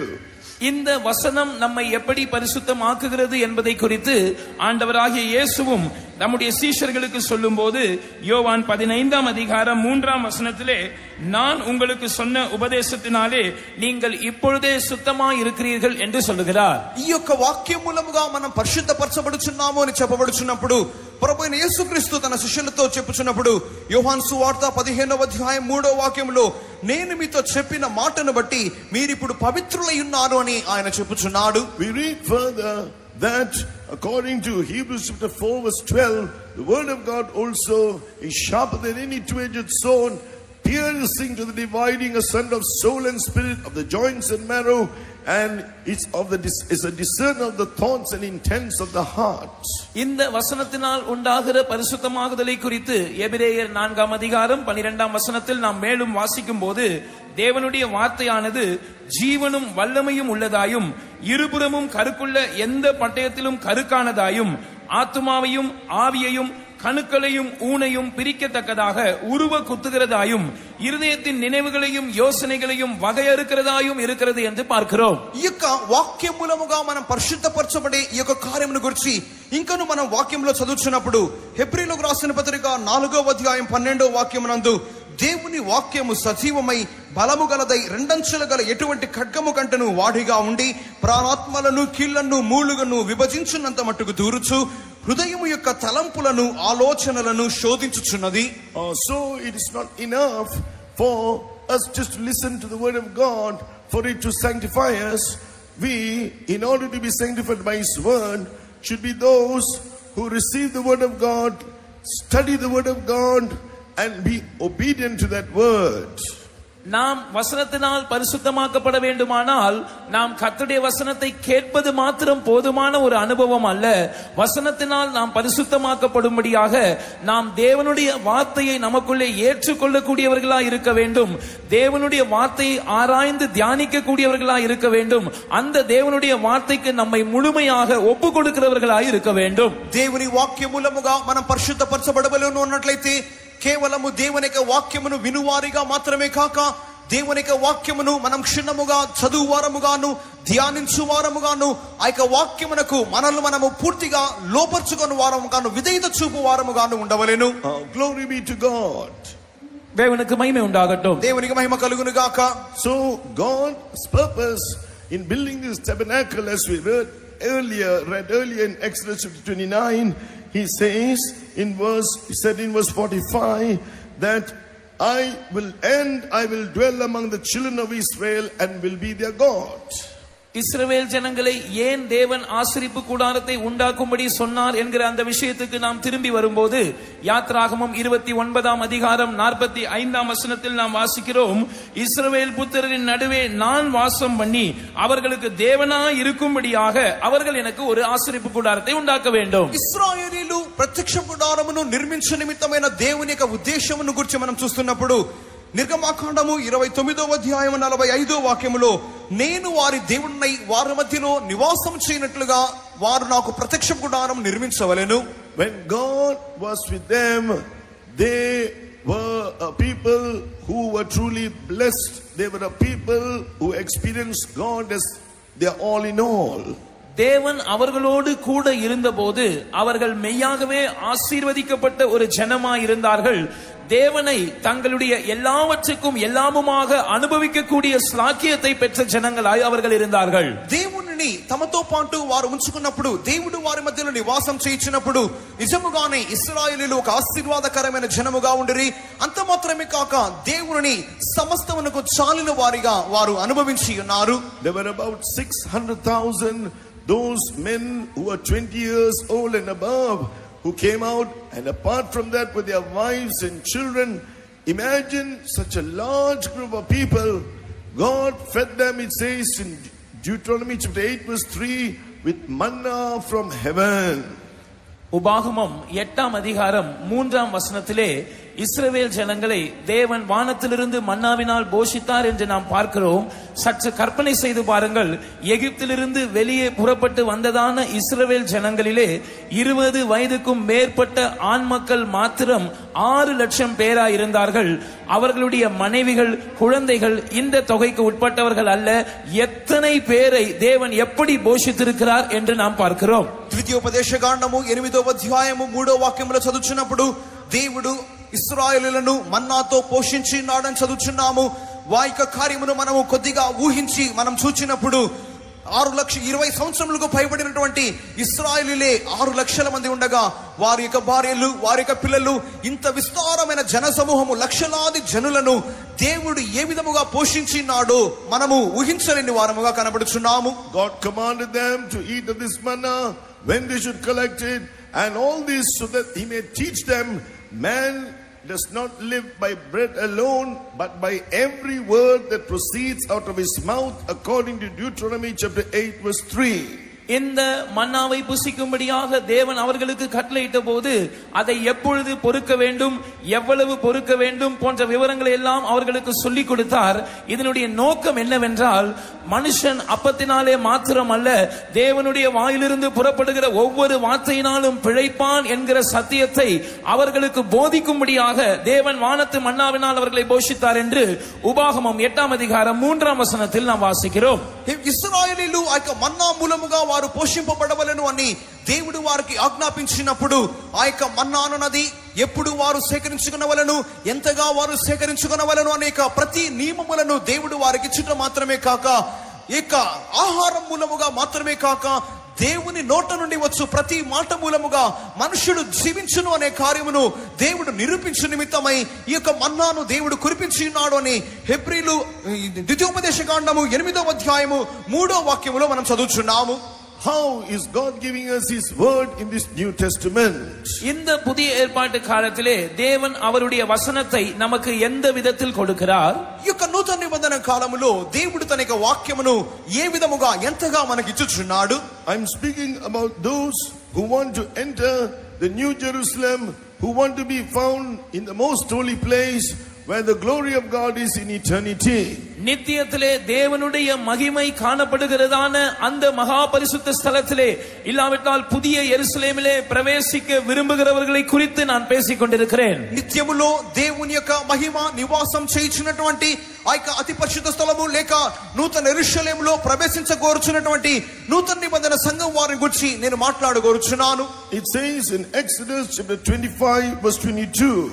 யாத்திராகமம் 25ஆம் அதிகாரம் 22ஆம் வசனம் இப்படி சொல்லுகிறது. నిర్గమకాండము 25వ అధ్యాయము 22వ వాక్యమునందు God told Moses in Exodus chapter 25 verse 22, and there I will meet with thee and I will commune with thee from above the mercy seat, from between the two cherubims which are upon the ark of the testimony, of all things which I will give thee in commandment unto the children of Israel. யாத்திராகமம் 25ஆம் அதிகாரம் 22ஆம் வசனத்திலே கர்த்தர் மோசேயை பார்த்து சொல்லுகிறார், அங்கே நான் உன்னை சந்திப்பேன், கிருபாசனத்தின் மீதிலும் சாட்சி பெட்டியின் மேல் நிற்கும் 2 கேருபீன்களின் நடுவிலும் இருந்து நான் இஸ்ரவேல் புத்திரருக்காக உனக்கு கற்பிக்க போகிறவைகளை எல்லாம் உன்னோடு சொல்லுவேன். 25వ అధ్యాయం 22వ వాక్యములో చదువుచున్నప్పుడు, అక్కడ నేను నిన్ను కలుసుకొని కరుణాపీఠం మీద నుండి శాసనములు గల మందసము మీద నుండి 2 కెరూబుల మధ్య నుండి నేను ఇశ్రాయేలు నిమిత్తము మీకు ఆజ్ఞాపించు సమస్తమును నీకు తెలియచెప్పెదను. And so God in this New Testament will speak to us similarly through such ones who represent these cherubims who are seen upon that mercy seat or joined to that mercy seat. கிருபாசனத்தோடு சேர்ந்திருக்கிறதான இந்த கேருபீன்களை குறிக்கிறவர்கள் மூலமாக இந்த புதிய ஏற்பாட்டு காலத்திலே தேவன் நமக்கு சொல்ல விரும்புகிற காரியங்களை நம்மோடு பேசுகிறவராய் இருக்கிறார். కరుణాపీఠం మీద ఉన్నటువంటి కెరూబులను ఎవరినైతే చూపుచున్నవో అటువంటి వారి మూలముగా ఇక నూతన నిబంధన కాలంలో దేవుడు మనతో మాట్లాడువాడై ఉన్నారు. Who do these cherubims represent? அப்படியானால் இந்த கேருபீன்கள் யாரை குறிக்கிறது? ఈ కెరూబులు ఎవరిని చూపుచున్నవి? Before that, the word of God said, from what we saw earlier, that this tabernacle speaks about the eternal state of heaven. நாம் ஏற்கனவே வாசித்தது போல கர்த்தருடைய வசனம் நமக்கு சொல்லிக் கொடுக்கிற காரியம் என்னவென்றால், பரலோகத்திலே நித்திய வாசஸ்தலங்களின் அமைப்பு எப்படி இருக்கும் என்பதை தான் இந்த ஆசரிப்பு கூடாரம் நமக்கு போதிக்கிறது. ఇంతకు ముందుగానే మనం చూచిన రీతిగా దేవుని యొక్క వాక్య ప్రకారముగా ప్రత్యక్ష గుడారములోని ఈ యొక్క 3 స్థలములున్నవి నిత్యములోని అమరికకు సాదృశ్యముగా ఉన్నది. The outer court corresponds to new earth in eternity. வெளி பிரகாரம் என்பது நித்தியத்திலே புதிய பூமியை குறிக்கிறது. ప్రత్యక్ష గుడారములోని వెలుపటి ఆవరణము అన్నది నిత్యములో క్రొత్త భూమికి సాదృశ్యముగా ఉన్నది. The holy place to new heaven.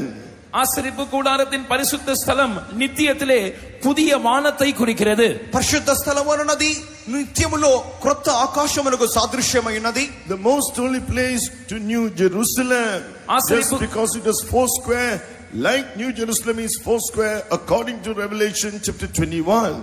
ஆசரிப்பு கூடாரத்திலே காணப்படுகிறதான மகா பரிசுத்த ஸ்தலம் அது சதுரமானதா இருக்கிறது.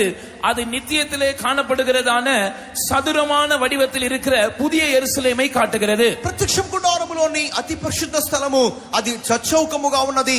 ఈ యొక్క అతి పరిశుద్ధ స్థలము అన్నది నిత్యములో నూతన యెరూషలేము చచ్చౌకముగా ఉన్నటువంటి నూతన యెరూషలేమునకు సాదృశ్యముగా ఉన్నది. The glory of God, however, dwelt in the most holy place, but from above the mercy seat in between these two cherubims, and it shone forth.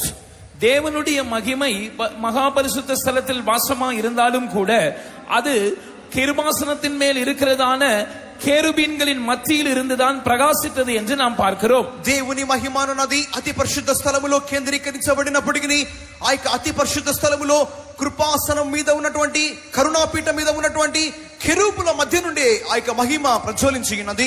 Praise be to God. దేవునికి స్తోత్రం. దేవునికి స్తోత్రం. In eternity, what does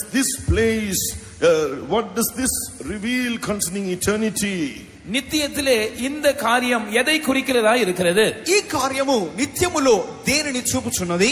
According to Psalm 80 verse 1, 80ஆம் சங்கீதம் முதல் வசனத்தில் நாம் வாசிக்கும்போது 80వ కీర్తన 1వ వాక్యమునందు Psalm 80 verse 1 says, "Give ear, O shepherd of Israel, thou that leadest Joseph like a flock, thou that dwellest between the two cherubims, shine forth." 80ஆம் சங்கீதம் முதலாம் வசனம், இஸ்ரவேலின் மேய்ப்பரே, யோசேப்பை ஆட்டு மந்தையை போல் நடத்துகிறவரே, செவி கொடும். கேருபீன்களின் மத்தியில் வாசம் பண்ணுகிறவரே, பிரகாசியும். ఇశ్రాయేలునకు కాపరి చెవియొగ్గుము, మందవలే యోసేపును నడిపించువాడా, కిరూబుల మీద ఆసీనుడైన వాడా, ప్రకాశింపుము. Here it says in Psalm 50 verse 2 about eternity, it says, "Out of Zion the perfection of beauty God had shined, or God shone." நித்தியத்தை குறித்து 50ஆம் சங்கீதம் 2ஆம் வசனம் இப்படி விவரிக்கிறது, பூரண வடிவுள்ள சியோனிலிருந்து தேவன் பிரகாசிக்கிறார். నిత్యమును గూర్చి 50వ కీర్తన 2వ వాక్యములో చెప్పుచున్నప్పుడు పరిపూర్ణ సౌందర్యము గల సియోనులో నుండి దేవుడు ప్రకాశించుచున్నాడు. So this place in between the two cherubims above the mercy seat, from where the glory of God shone, it is a shadow in eternity of Mount Zion, where God's servants, his apostles, his apostolic ministers who are perfected will dwell.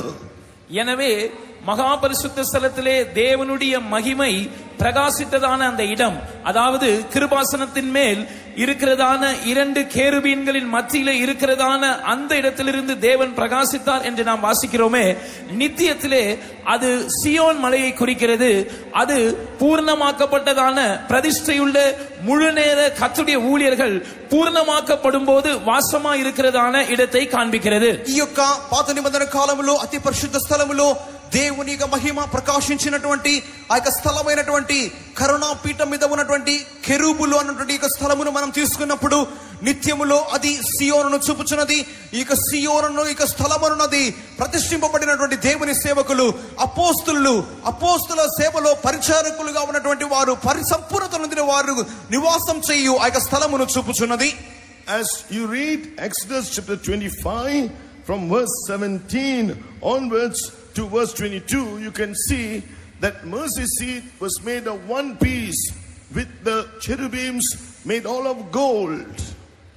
யாத்திராகமம் 25ஆம் அதிகாரம் 17ஆம் வசனத்திலிருந்து 22ஆம் வசனம் வரைக்கும் நாம் வாசிக்கும் போது ஒரே பொன்னை தகடாய் அடித்து அந்த கேருபீன்களும் அந்த கேருபீன்களுக்கு கீழ் இருக்கிறதான அந்த கிருபாசனமும் செய்யப்பட்டதாக நாம் వాసికలాం. నిర్గమకాండము 25వ అధ్యాయము 17 మొదలుకొని 22 వరకు చదువుచున్నప్పుడు ఈ యొక్క మందస్సమునున్నది ఒకే బంగారము నుండి అది తీయబడినదై ఈ యొక్క కరుణాపీఠమును ఈ యొక్క కెరూబులను ఏకాండముగా అవి చేయబడినవిగా కనబడుచున్నవి. Another name for the mercy seat is propitiatory. இந்த கிருபாசனத்துக்கு கொடுக்கப்படுகிறதான இன்னொரு பெயர் அது கிருபாதார பலி. Or the meaning of that word mercy seat, when you read it, it means propitiatory.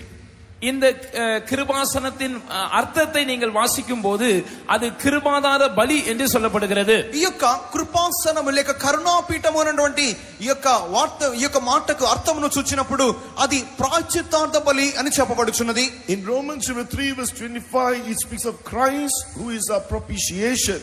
ரோமர் 3ஆம் அதிகாரம் 25ஆம் வசனத்திலே நம்முடைய கிருபாதார பலியாகிய இயேசுவை குறித்து நாம் வாசிக்கிறோம். రోమా పత్రిక 3వ అధ్యాయము 25వ వాక్యములో చదువుచున్నప్పుడు ఆయన మనక ప్రాయశ్చిత్తార్థ బలిగా ఉన్నాడని చెప్పబడినది. And so what does Jesus do? He speaks to us, and he speaks to us through his servants who are like the angels of the churches according to Revelation chapter 2 verse 1. இயேசு என்ன செய்கிறார்? அவர் நம்மோடு பேசுகிறார். அவர் நம்மோடு எப்படி பேசுகிறார்? வெளிப்படுத்தின விசேஷம் 2ஆம் அதிகாரம் 1ஆம் வசனத்தில் நாம் வாசிக்கிறதான சபையின் தூதர்களை போல் இருக்கிறதான கர்த்தருடைய ஊழியக்காரர்கள் மூலமாக அவர் நம்மோடு பேசுகிறவராய் இருக்கிறார். యేసు ఏమి చేయుచున్నాడు అనగా ఆయన మనతో మాట్లాడుచున్నాడు. ఎవరి మూలముగా మాట్లాడుచున్నాడు అని చూచినప్పుడు ప్రకటన గ్రంథము 2వ అధ్యాయం 1వ వాక్యములో సంఘములకు దూతలుగా ఉన్నటువంటి దేవుని సేవకుల మూలముగా ఆయన మనతో మాట్లాడుచున్నాడు. As we heard, Jesus came to reveal the immeasurable riches, the hidden mysteries, all the hidden grace, all that's hidden, which was hidden from the beginning of this world. நான் உங்களுக்கு முன்னமே சொன்னது போல உலகம் உண்டானது முதற்கொண்டு மறைக்கப்பட்ட ரகசியமாக இருந்ததான தேவனுடைய அளவற்ற ஐஸ்வரியம், அவருடைய கிருபையின் ஐஸ்வரியம், அவருடைய அநாதி திட்டம், இவைகளை எல்லாம் மனுக்குலத்துக்கு வெளிப்படுத்தும்படியாகவே இயேசு வந்தார். నేను ఇంతకు ముందుగానే చెప్పిన రీతిగా యేసు ఎందుకు వచ్చి ఉన్నాడు అన్నట్లయితే అంతులేని దేవుని యొక్క మహదైశ్వర్యమును, ఆయన యొక్క కృపా మహదైశ్వర్యమును, అనాది కాలము నుండి మరుగు చేయబడిన ఆ యొక్క మర్మములను బయలుపరచు నిమిత్తమే ఆయన వచ్చి ఉన్నాడు. His work is doing this work through his servants who are called the ambassadors of Christ. His work is to reconcile us in order that not only we will be made one with one another, but one with the Father. நம்மை அவரோடு ஒப்புரவாக்கும்படியான இந்த வேலையை அவர் தம்முடைய ஊழியக்காரர்கள் மூலமாக செய்கிறார். நாம் ஒருவரோடு ஒருவர் ஒப்புரவாக வேண்டியது மாத்திரமல்ல, நாம் தேவனோடு ஒப்புரவாக வேண்டியதும் அவசியமாக இருக்கிறது. ఈ యొక్క కార్యమును దేవుడు తమ యొక్క సేవకుల మూలముగా అనగా నూతన నిబంధన సంఘంలోని రాయబారుల మూలముగా చేయుచున్నాడు. వారు ఒకరితో ఒకరిని వారు సమాధానపరచు వారు మాత్రమే కాక ప్రతి ఒక్కొక్కరిని దేవునితో తండ్రితో సమాధానపరచువారిగా కనబడుచున్నారు. This is why according to 2 Corinthians chapter 5 verse 20 they are called the ambassadors of Christ. எனவேதான் 2 கொரிந்தியர் 5ஆம் அதிகாரம் 20ஆம் வசனத்தில் அவர்கள் கிறிஸ்துவின் ஸ்தானாபதிகள் என்று அழைக்கப்படுகிறார்கள். అందునిమిత్తమే 2వ కొరింథీయులు 5వ అధ్యాయం 20వ వాక్యములో చదువుచున్నప్పుడు వారు క్రీస్తు యొక్క రాయబారులై ఉన్నారు. And so they receive these mysteries, they receive all the riches that is revealed through Christ, and they declare it to the church. அவர்கள் இந்த ரகசியங்களை பெற்றுக் கொண்டவர்களாக கிறிஸ்துவின் மூலமாய் மனுக்குலத்துக்கு வெளிப்படுத்தப்படுகிறதான எல்லா அளவற்ற ஐஸ்வர்யங்களையும் பெற்றுக் கொண்டவர்களாக அதை சபைக்கு வெளிப்படுத்துகிறார்கள். వారు ఈ యొక్క ఉపదేశములను లేక మానవాళికి దేవుడు బయలుపరచను ఉద్దేశించినటువంటి ఈ యొక్క కృపా మహదైశ్వర్యమును అంతులేని ఐశ్వర్యమును వారు బయలుపరచు నిమిత్తమై వీటిని వారు క్రీస్తు మూలముగా పొందుకొని ఉన్నారు. So the cherubims represent them who are called the angels or the messengers of the churches. எனவே இந்த கேருபீன்கள் என்று சொல்லும்போது சபையின் தூதர்களை இல்லாவிட்டால் சபைக்கு தூதர்களா இருக்கிறதான கர்த்தருடைய ஊழியர்களை அது காட்டுகிறது. ఈ యొక్క కెరూబులు అనగా వారు సంఘములకు సమాచారం అందించినటువంటి దేవుని యొక్క దూతలుగాను దేవుని సేవకులుగాను వారు పిలువబడుచున్నారు. Why are they revealing it to us? ஏன் அதை அவர் நமக்கு வெளிப்படுத்துகிறார்? ఎందు నిమిత్తమై వారు వాటిని మనకు బయలుపరచుచున్నారు? According to Hebrews chapter 9 verse 20, எபிரேயர் 9ஆம் அதிகாரம் 20ஆம் வசனத்தின்படி హెబ్రీలు 9:20 నందు here it says Christ is the mediator of this New Testament. இங்கே கிறிஸ்து இந்த புதிய உடன்படிக்கையின் மத்தியஸ்தராய் இருக்கிறார் என்று நாம் வாசிக்கிறோம். ఇక్కడ క్రీస్తు మొదటి నిబంధన యొక్క మధ్యవర్తిగా ఉన్నాడని చూస్తున్నాం. He is revealing to us these mysteries. அவர்தான் இந்த ரகசியங்களை நமக்கு வெளிப்படுத்துகிறார். ఆయనే ఈ రహస్యములు మనకు బయలుపరచుచున్నాడు. Revealing it through such messengers or his apostles. தன்னுடைய தூதர்கள் இல்லாவிட்டால் தன்னுடைய அப்போஸ்தலர்கள் மூலமாக அவர் நமக்கு அதை வெளிப்படுத்துகிறார். తమ దూతలు లేక అపోస్తలుల మూలముగా వాటిని బయలుపరచుచున్నాడు. Verse 15, I'm sorry, that we should become partakers of that promise of eternal inheritance. எபிரேயர் 9ஆம் அதிகாரம் 15ஆம் வசனம் அவர் இதை நமக்கு ஏன் வெளிப்படுத்துகிறார் என்று சொல்லுகிறது. நாம் அவருடைய வாக்குத்தத்தம் பண்ணப்பட்ட நித்திய சுதந்திரத்தை பெற்றுக்கொள்வதற்காக இதை நமக்கு வெளிப்படுத்துகிறார். హెబ్రీయులు 9వ అధ్యాయం 15వ వాక్యములో చదువుచున్నప్పుడు నిత్యమైన స్వాస్థ్యమును గుర్చిన వాగ్దానమును మనం పొందు నిమిత్తముగానే ఆయన వీటిని మనకు బయలుపరచుచున్నాడు. According to Hebrews chapter 6 verse 19 and 20, Jesus has gone into the most holy place in eternity. He is in Zion now. He has gone in as the forerunner. எபிரேயர் 6ஆம் அதிகாரம் 19ஆம் வசனம் 20ஆம் வசனத்தில் நாம் வாசிக்கும் போது இயேசு நித்தியத்தில் இருக்கிறதான மகா பரிசுத்த ஸ்தலத்துக்குள் நமக்கு முன்னோடினவராய் கடந்து போயிருக்கிறார். அதாவது இப்பொழுது அவர் மகா பரிசுத்த ஸ்தலமாகிய சீயோனில் காணப்படுகிறார். హెబ్రీయులకు రాసిన పత్రిక 6వ అధ్యాయము 19-20 వాక్యములో చెప్పబడుచున్న రీతిగా అతి పరిశుద్ధ స్థలమైనటువంటి ఆయన సియోనులో మనము ప్రవేశించినట్లుగా మనకు ముందుగా వెళ్ళిన వాడిగా కనబడుచున్నాడు. అనగా ఇప్పుడు ఆయన సియోనులో ఉన్నాడు. Those under the Old Testament, they couldn't be delivered from that consciousness of that they had to of their sins.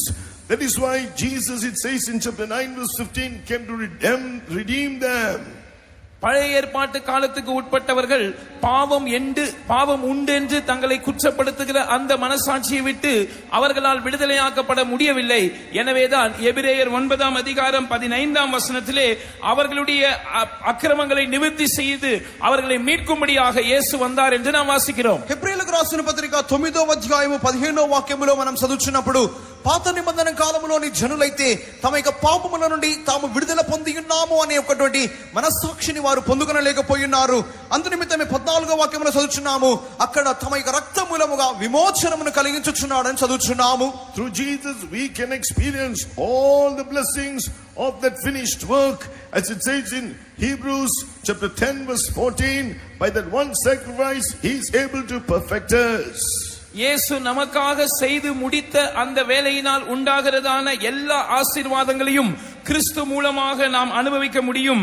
அதைத்தான் எபிரேயர் 10ஆம் அதிகாரம் 14ஆம் வசனத்திலே, ஏனெனில் பரிசுத்தமாக்கப்படுகிறவர்களை ஒரே பலியினாலே இவர் என்றென்றைக்கும் பூர்ணப்படுத்தி இருக்கிறார் என்று வசனம் சொல்லுகிறது. యేసుక్రీస్తు మూలముగా చేయబడిన సమస్తమును మనము ఆయన మూలముగా అనుభవించు వారముగా ఉన్నాము.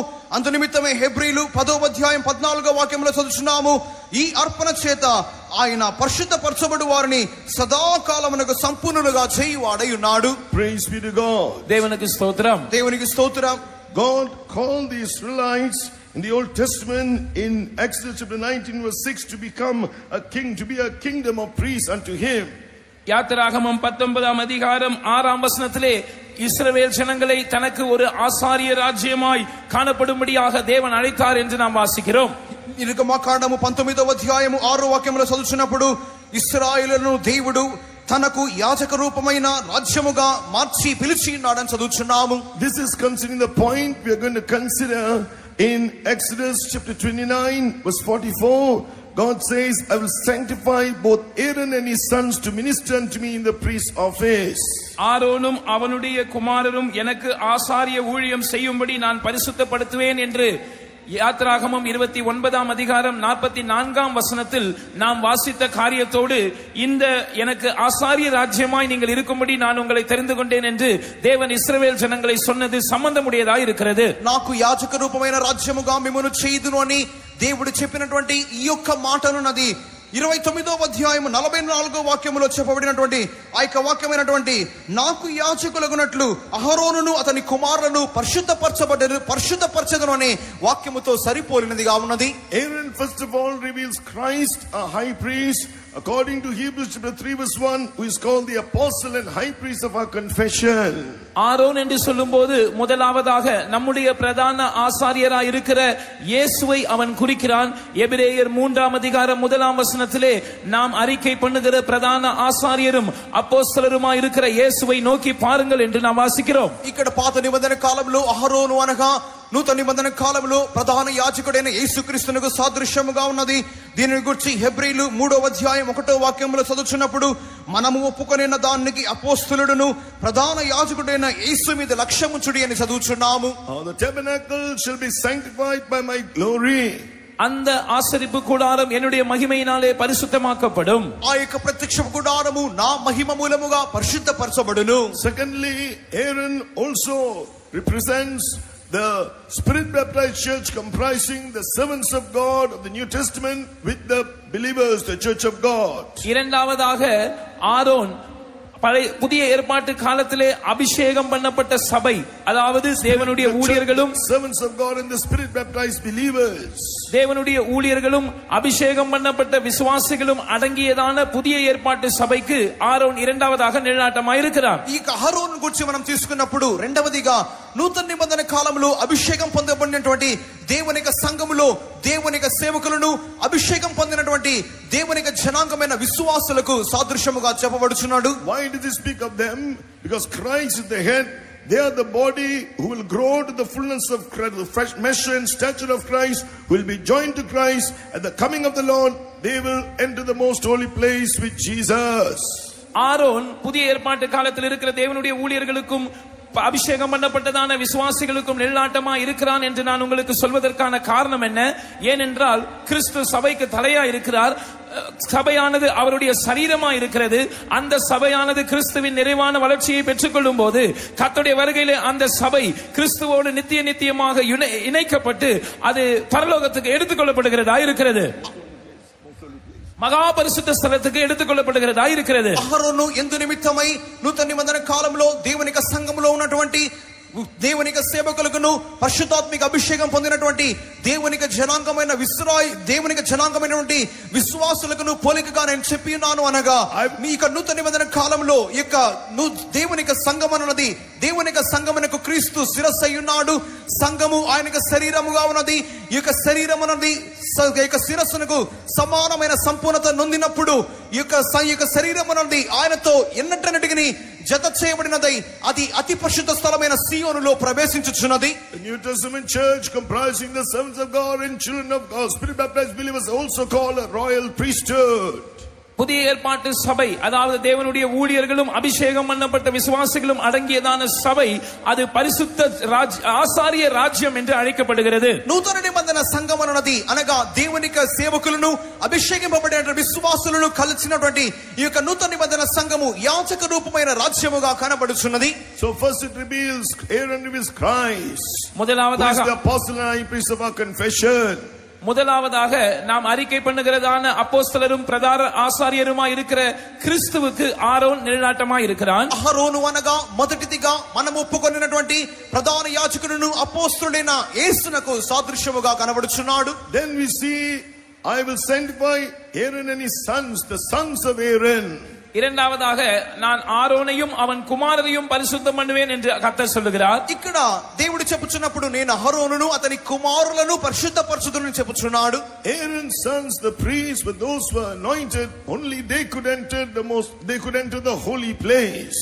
ஆரோனுடைய குமாரர் என்று சொல்லும்போது அவர்கள் அபிஷேகம் பண்ணப்பட்ட ஆசாரியர்களாய் இருந்தார்கள். அவர்களுக்கு தான் பரிசுத்த ஸ்தலத்துக்கு பிரவேசிக்க கூடிய அனுமதி இருந்தது. ఇక్కడ అహరోను కుమారులు అనగా వారు యాజకులుగా పిలువబడుచున్నారు. వారు పరిశుద్ధ స్థలములో మాత్రమే ప్రవేశించు నిమిత్తమైన అనుమతి కలిగిన వారై ఉన్నారు. Here in this verse we can take it as they represent the New Testament sons of God, his apostles, his apostolic ministers, who have separated themselves from all carnal and earthly attachment, according to Luke chapter 14 verse 26 and 33.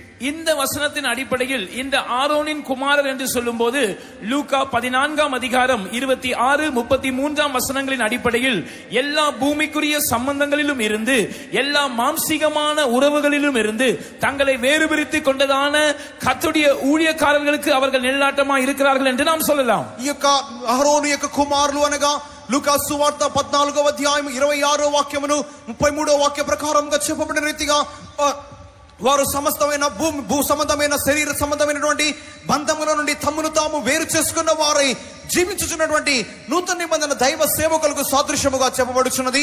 I will sanctify the tabernacle of the congregation and the altar. நான் ஆசரிப்பு கூடாரத்தையும் அந்த பலிபீடத்தையும் பரிசுத்தம் பண்ணுவேன் என்று கர்த்தர் சொல்லுகிறார். నేను ప్రత్యక్షపు గుడారమును ఆ యొక్క బలిపీఠమును పరిశుద్ధపరచుదునని దేవుడు చెప్పుచున్నాడు. The altar first of all speaks of Christ, the sufferings of Christ, who gave himself in order to deliver us, or in order to sanctify us. பலிபீடம் என்று சொல்லும்போது அது கிறிஸ்துவையும் அவர் அனுபவித்ததான பாடுகளையும் காட்டுகிறது. அந்த பலிபீடமானது நம்மை பரிசுத்தமாக்கும்படியாக கிறிஸ்து அடைந்ததான பாடுகளுக்கு நிழலாட்டமாக இருக்கிறது. బలిపీఠము అనగా క్రీస్తును ఆయన పొందిన శ్రమలను చూపుచున్నది. మనం పరిశుద్ధపరచు నిమిత్తమై క్రీస్తు పొందినటువంటి శ్రమలకు బలిపీఠము సాదృశ్యముగా ఉన్నది. Speaks of his perfect sacrifice on Calvary, how he offered himself without spot, according to Hebrews chapter 9 verse 14.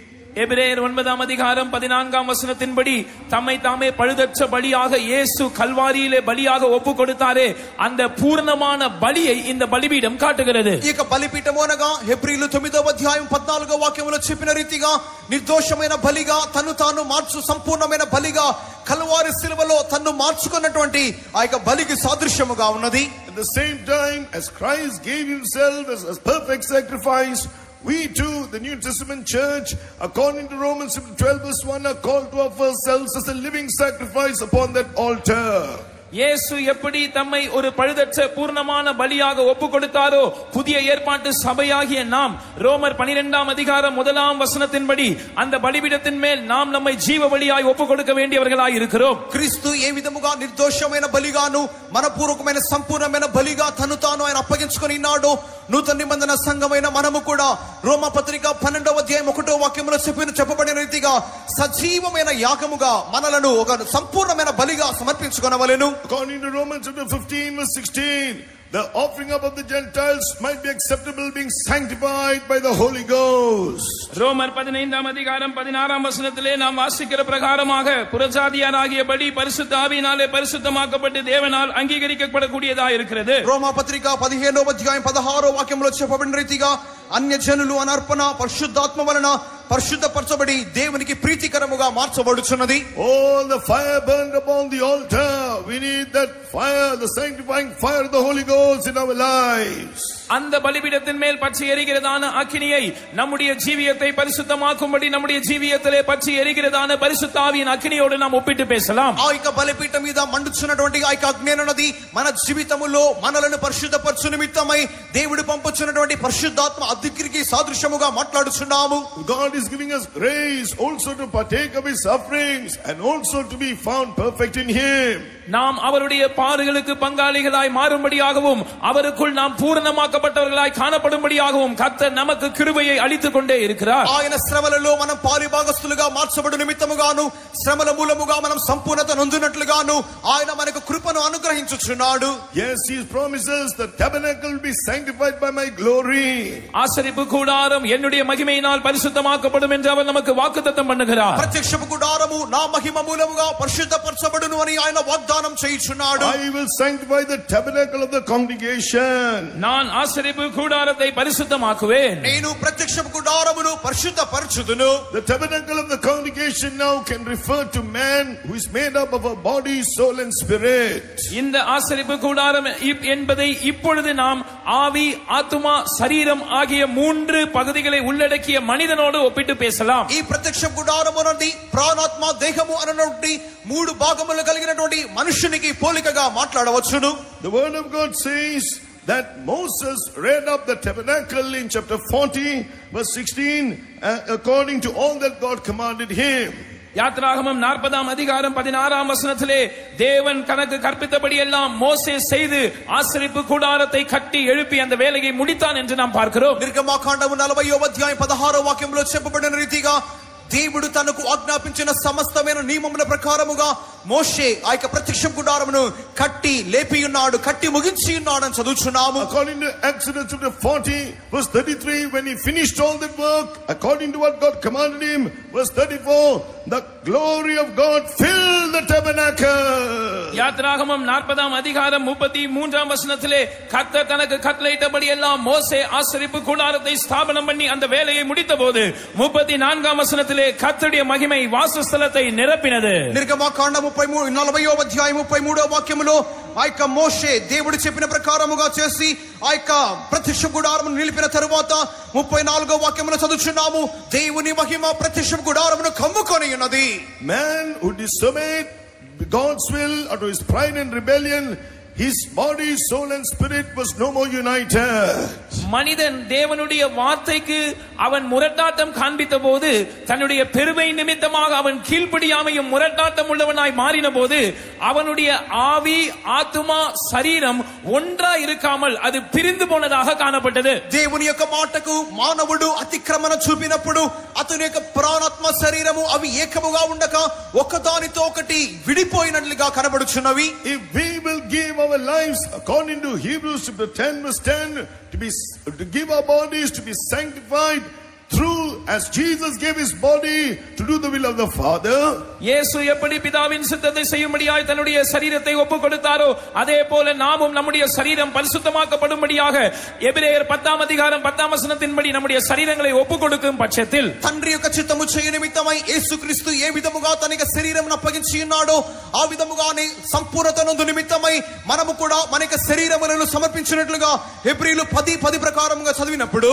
because of man's rebellion and pride, according to Hebrews 2 Corinthians 10:5, the devil builds so much of strongholds in man, strongholds in their mind because of man's pride and rebellion.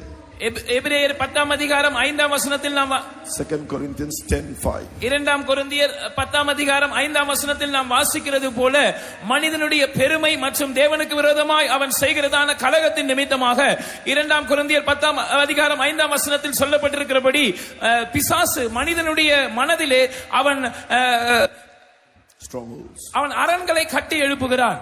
మనుషుడైతే దేవుని యొక్క మాటను అతిక్రమించిన నిమిత్తమై అతడు అవిధేయత చూపినప్పుడు 2 కొరింథీయులు 10వ అధ్యాయము 5వ వాక్యములో చెప్పబడిన రీతిగా సాతానైతే మనుషుని మనసులో బలమైన దుర్గములు కట్టుచున్నాడు. if we will surrender our body, soul, spirit totally we surrender ourselves unitedly to do the will of God, we will be sanctified. The Spirit of God will come to us and fill us with that glory. நாம் நம்முடைய சரீரம் பரிசுத்தமாக்கப்படும்படியாக நம்முடைய ஆவி, ஆத்துமா, சரீரத்தை ஒருங்கிணைத்து தேவனுக்கு ஒப்புக் கொடுக்கும் போது பரிசுத்த ஆவியானவர் நம்முடைய சரீரத்தை பரிசுத்தமாக்கும்படியாக அவர் நம்மிடத்தில் கடந்து வரக்கூடியவராய் இருப்பார். మనము పరిశుద్ధపరచబడు నిమిత్తమై మన యొక్క ప్రాణాత్మ శరీరములు ఏకముగా మార్చి పరిశుద్ధాత్మునికి సమర్పించినప్పుడు మన యొక్క శరీరం పరిశుద్ధపరచు నిమిత్తమై పరిశుద్ధాత్ముడు మనలోనికి వచ్చువాడై ఉన్నాడు. When we surrender to do his will, we are able to experience the glory of the Father. We are raised to walk in newness of life. நாம் அவருடைய சித்தத்தின்படி செய்ய நம்மை ஒப்புக் கொடுக்கும் போது நாம் புதிதான ஜீவனுள்ளவர்களாய் நடந்து கொள்ளும்படி உயிர்ப்பிக்கப்பட்டவர்களாய் இருக்கிறோம். பிதாவின் மகிமையை அனுபவிக்க நாம் தகுதி உள்ளவர்களாய் மாறுகிறோம். మనము తండ్రి చిత్తము చేయ నిమిత్తమై మనల్ని మనము సమర్పించుకొనుచున్నప్పుడు ఆయన యొక్క మహిమను పొందువారముగాను నూతనమైన జీవములో నడుచువారముగాను మనం కనబడుచున్నాము. Shall we stand this evening? இந்த மாலை வேளையிலே நாம் எல்லாரும் எழும்பி நிற்போம். ఈ సాయంకాలమందు మనం లేచి నిలబడదాం. God is going to sanctify this tabernacle, our spirit, soul and body with his glory tonight. நம்முடைய ஆவி, ஆத்துமா, சரீரம் ஆகிய இந்த ஆசரிப்பு கூடாரத்தை தம்முடைய மகிமையினால் தேவன் இந்த இரவிலே பரிசுத்தமாக்க போகிறார். మన యొక్క ప్రాణము, ఆత్మ, శరీరము ఉన్నటువంటి ఈ ప్రత్యక్ష గుడారమును ఈ సాయంకాలమందు దేవుడు తన మహిమతో నింపగోరుచున్నాడు. As Jesus offered his life to do the will of the Father, యేసు எப்படி பிதாவின் சித்தத்தை செய்யும்படியாய் தம்முடைய ஜீவனை வார்த்தாரோ, యేసు ఏ విధముగా తండ్రి చిత్తము చేయ నిమిత్తమై తన యొక్క ప్రాణమును దానపోసి ఉన్నాడు. all could behold the glory as the only begotten of the Father. எல்லாரும் அவருடைய மகிமையை கண்டபோது அது தேவனுடைய ஒரே பேரான குமாரனுடைய மகிமைக்கு ஏற்ற மகிமையாகவே காணப்பட்டது. అందరూ ఆయన మహిమను చూచినప్పుడు ఆయన తన యొక్క అద్వితీయ కుమారుడైన యేసు యొక్క మహిమకు సరిపోలినదిగా ఉన్నది. Surrender totally to his will in order to take it, to do what he speaks to you. முழுமையாக தேவனுடைய சித்தத்தை செய்யும்படியாய் உங்களை ஒப்புக்கொடுங்கள். தேவன் உங்களோடு என்ன பேசுகிறாரோ அதற்கு செவி சாய்க்கும்படியாய் உங்களை ஒப்புக்கொடுங்கள். దేవుడు మీతో ఏమి చెప్పుచున్నాడో ఆ యొక్క మాటలకు చెవియొగ్గు నిమిత్తమై దేవుడు మిమ్మల్ని గూర్చిన ఉద్దేశమును నెరవేర్చబడినట్లుగా ఆయనకు అప్పగించుడి. He is going to sanctify us with his glory. அவர் தம்முடைய மகிமையினால் நம்மை பரிசுத்தமாக்க போகிறார். తన మహిమ మూలముగా దేవుడు మనల్ని పరిశుద్ధపరచబోచున్నాడు. Spirit of glory is going to fill you. When Moses finished everything as God commanded him, the glory of God filled the tabernacle. மோசே தேவன் தனக்கு கற்பித்தபடி எல்லாம் செய்து முடித்தபோது கர்த்தருடைய மகிமை அந்த வாசஸ்தலத்தை நிரப்பினது போல மகிமையின் ஆவியானவர் இப்பொழுது உங்களை நிரப்ப போகிறார். మోషే ప్రత్యక్ష గుడారమును కట్టి ముగించిన తరువాత దేవుని మహిమ ప్రత్యక్ష గుడారం నింపిన రీతిగా ఈ సమయంలో మహిమ కలిగిన ఆత్మ మనల్ని నింపుచున్నాడు. God, surrender yourself to the living sacrifice. உங்களை ஜீவ பலியாக ஒப்புக்கொடுங்கள். మిమ్మల్ని సజీవ యాగముగా సమర్పించుడి. The sanctifying fire of the Holy Spirit will sanctify you and make you an offering acceptable to God, sanctified by the Holy Ghost. நீங்கள் தேவனுக்கு பிரியமான பலியினாலே தேவனுக்கு பிரியமான பலியாக பரிசுத்த ஆவியினாலே பரிசுத்தமாக்கப்பட்ட பலியாக மாறும்படியாக பரிசுத்த ஆவியானவருடைய பரிசுத்தமாக்குகிற அக்கினி உங்களை பரிசுத்தமாக்கும்படியாய் கடந்து வந்திருக்கிறது. మీరు దేవునికి ప్రీతికరమైన అర్పణగా మార్చబడిన నిమిత్తమై దేవుని యొక్క పరిశుద్ధపరచు అగ్ని అయిన పరిశుద్ధాత్ముడు మన మీద దిగుచున్నాడు. And I will dwell among the children of Israel. நான் இஸ்ரவேல் புத்திரரின் நடுவே வாசம் பண்ணுவேன். నేను ఇశ్రాయేలు మధ్యలో నివాసము చేతును. And they will know I am the Lord God dwelling in the midst of Israel. இஸ்ரவேல் ஜனத்தின் நடுவிலே வாசம் பண்ணுகிற தங்கள் தேவனாகிய கர்த்தர் நான் என்பதை அவர்கள் அறிந்து கொள்வார்கள். ఇశ్రాయేలుల మధ్యలో నివాసించు దేవుని యెహోవాను నేను అని వారు గుర్తించెదరు. All in all. அவர் உங்களுக்கு எல்லாவற்றுக்கும் எல்லாமுமாய் இருப்பார். ఆయన మీకు సమస్తమును చాలిన వాడై ఉండును. He will bring you to his fullness. அவர் தம்முடைய பூரணத்துக்கு உங்களை கொண்டு வருவார். తన సంపూర్ణతకు మిమ్మల్ని తీసుకొని వచ్చును. Oh, both the servants of God and the children of God, he is going to sanctify both Aaron and his sons. இதோ ஆரோனையும் அவன் குமாரரையும் பரிசுத்தமாக்குகிற கர்த்தர் கர்த்தருடைய ஊழியர்களையும் தேவனுடைய ஜனங்களையும் பரிசுத்தமாக்க போகிறார். అహరోనును ఆయన కుమారుని పరిశుద్ధపరిచిన దేవుడు దేవుని సేవకులను అభిషేకింపబడిన విశ్వాసులను పరిశుద్ధపరచువాడై ఉన్నాడు. And he shall know I am the Lord God dwelling in the midst of you. உங்கள் நடுவிலே வாசம் பண்ணுகிற தேவனாகிய கர்த்தர் நான் என்பதை நீங்கள் அறிந்து கொள்வீர்கள். మీ మధ్యలో నివాసం చేయు దేవుని యెహోవాను నేను అని మీరు గుర్తిరగదురు. Shall we praise the Lord? நாம் கர்த்தரை ஸ்தோத்திரம் మనము பண்ணுவோம். దేవుని Because he స్తుతించుదాము. is the Lord God.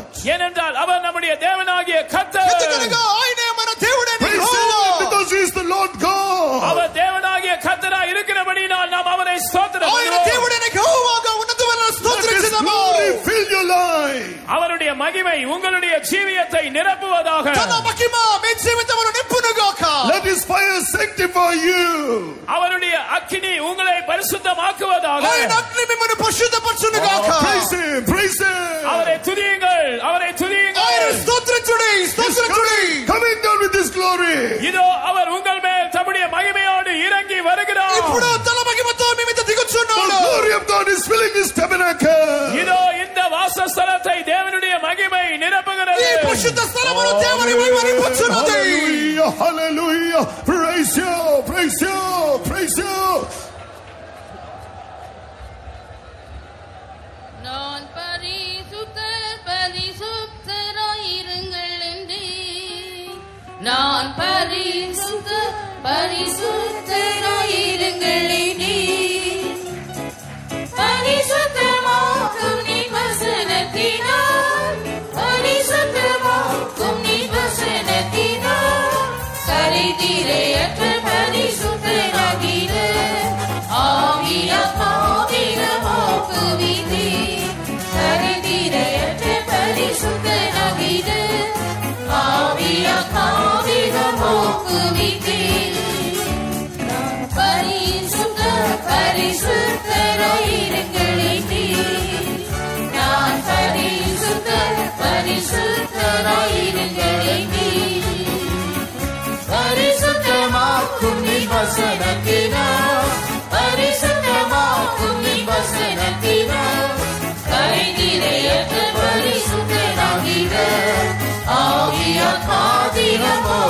மோகித்தேன் கரைதிரையற்ற பரிசுத்தனாகிட ஆவியாத்மாவினமோ குவித்தேன் நான் பரிசுத்தராயிருங்களே நான் பரிசுத்தராயிருங்களே பரிசுத்தமாக்கும் நீ வசனத்தினால் பரிசுத்தமாக்கும் நீ வசனத்தினால் கரைதிரையற்ற பரிசுத்தனாகிட ஆவியாத்மாவினமோ குவித்தேன் கரைதிரையற்ற பரிசுத்தனாகிட ஆவியாத்மாவினமோ குவித்தேன் கரைதிரையற்ற பரிசுத்தனாகிட ஆவியாத்மாவினமோ குவித்தேன் கரைதிரையற்ற பரிசுத்தனாகிட ஆவியாத்மாவினமோ குவித்தேன்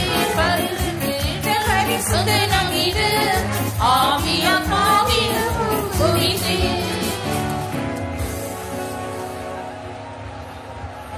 Kindly pay attention. ஒரு நிமிஷம் கவனியுங்கள். దయచేసి ఒక నిమిషం గమనించండి. We request that none of you should leave this hall till we instruct you. நாங்கள் உங்களை அறிவுறுத்தி ஆலோசனை சொல்லுகிற வரைக்கும் நீங்கள் தயவு செய்து யாரும் ஹாலை விட்டு வெளியேற வேண்டாம் என்று நாங்கள் அறிவுறுத்துகிறோம். మీరు ఎలాగూ బయటికి వెళ్ళవలనో మీకు ఆలోచన ఇచ్చేంత వరకు దయచేసి ఎవరు కూడా మీ స్థలం నుంచి కదలకూడదు. All servants of God and all those who are on the balcony, all those who are under the balcony, please remain here till we tell you. அனைத்து கர்த்தருடைய ஊழியக்காரர்களும் பால்கனிக்கு மேல் உட்கார்ந்து இருக்கிறவர்களும் பால்கனிக்கு கீழே இருக்கிறதான இடங்களில் உட்கார்ந்து இருக்கிறவர்களும் நாங்கள் சொல்லும் வரைக்கும் நீங்கள் அப்படியே இருக்க வேண்டும். సేవకులందరూ బాల్కనీ పైన ఉన్నవారు బాల్కనీ కింద ఉన్నవారు మేము చెప్పేంత వరకు కూడా మీరు ఆ స్థలం నుంచి కదలకూడదు. All servants of God must remain here till the healing service is over. குணமாக்குகிறதான ஆராதனை முடிகிற வரைக்கும் அனைத்து கர்த்தருடைய ஊழியக்காரர்களும் இங்கே இருக்கும்படியாய் கேட்டுக்கொள்ளப்படுகிறீர்கள். దైవిక స్వస్థత ఆరాధన ముగించేంత వరకు ఎవరు సేవకులు ఇక్కడ నుంచి కదలకూడదు. Those who are sitting on the road outside this hall, please pay attention. இந்த ஹாலுக்கு வெளியிலே இருபுறத்திலும் இருக்கிற சாலைகளில் அமர்ந்திருக்கிறவர்கள் நீங்கள் தயவு செய்து கவனியுங்கள். బయట ఈ యొక్క హాల్ బయట ఉన్న ఆ యొక్క దారిలో ఉన్న ప్రతి వారు కూడా మీరు జాగ్రత్తగా వినండి. We request you to get up and move towards the new ground now itself. இப்பொழுதே நீங்கள் எழும்பி நம்முடைய பின்புறத்தில் இருக்கிறதான நியூ கிரவுண்ட் புதிய மைதானத்துக்கு நீங்கள் போகும்படியாய் நாங்கள் கேட்டுக்கொள்கிறோம். దయచేసి మీరు లేచి ఇప్పుడే న్యూ గ్రౌండ్ వైపుకు వెళ్ళవలనని మేము కోరుచున్నాం. After the meeting is over, thousands of people are going to come where you are seated. They might stamp over you, they might stamp on one another.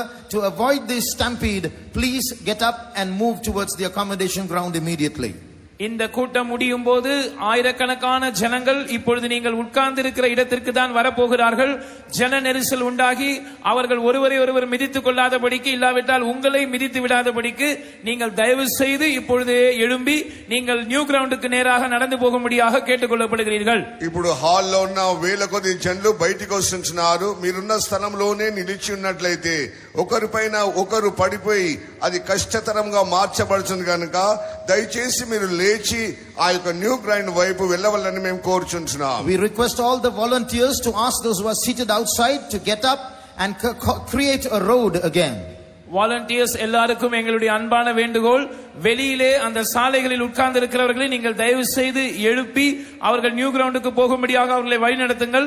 மறுபடியுமாக அந்த இடத்திலே ஜனங்கள் நடக்கக்கூடிய ஒரு வழி உண்டாக வேண்டும் என்று நாங்கள் எதிர்பார்க்கிறோம். వాలంటీర్స్ అందరూ కూడా దయచేసి మీరు ఆ యొక్క దారిలో ఉన్న విశ్వాసులందరితో మాట్లాడి అక్కడ నుంచి పంపించి వేయవలెను. వేరే వారు వచ్చుటగాను దాని సరైన విధముగా చేయవలెను. After the meeting is over, please move out little by little as we instruct you from here. கூட்டம் முடிந்த பிற்பாடு நாங்கள் உங்களுக்கு நீங்கள் எப்படி கொஞ்சம் கொஞ்சமாக நடந்து போக வேண்டும், வெளியேற வேண்டும் என்று சொல்லுவோம். அந்த கிரம பிரகாரம் மாத்திரம் தயவு செய்து நீங்கள் வெளியேற வேண்டும். அதுவரைக்கும் பொறுமையாக இருக்க வேண்டும். కూటం ముగించిన తర్వాత మీరు ఎలాగ వెళ్ళవలనని క్రమముగా వెళ్ళవలని మేము చెప్పేదము. ఆ ప్రకారం మీరు వెళ్ళవలని మేము కోరుచున్నాము. All those who are on the balcony also, please remain there till we tell you to come down.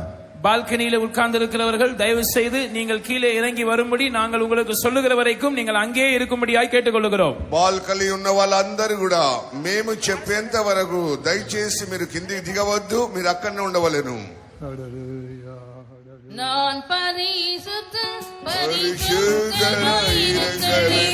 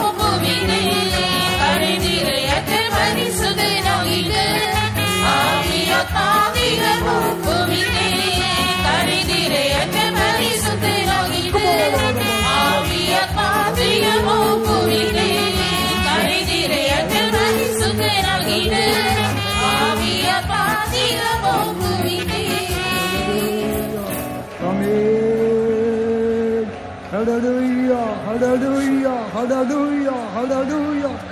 Shanda bada bachura, kuda bachura, kuda bachura. Amen. Hallelujah, hallelujah, hallelujah, hallelujah. Amen.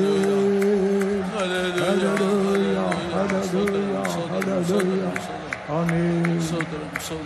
As you heard tonight, present your body as a living and holy and acceptable sacrifice.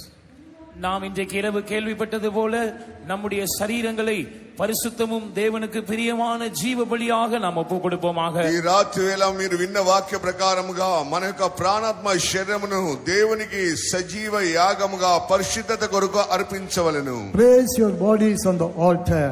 நம்முடைய சரீரங்களை நாம் பலிபீடத்தின் மேல் வைப்போமாக. మన శరీరం అనేది బలిపీఠం మీద పెట్టవలెను. Then the fire of the Lord will come upon you.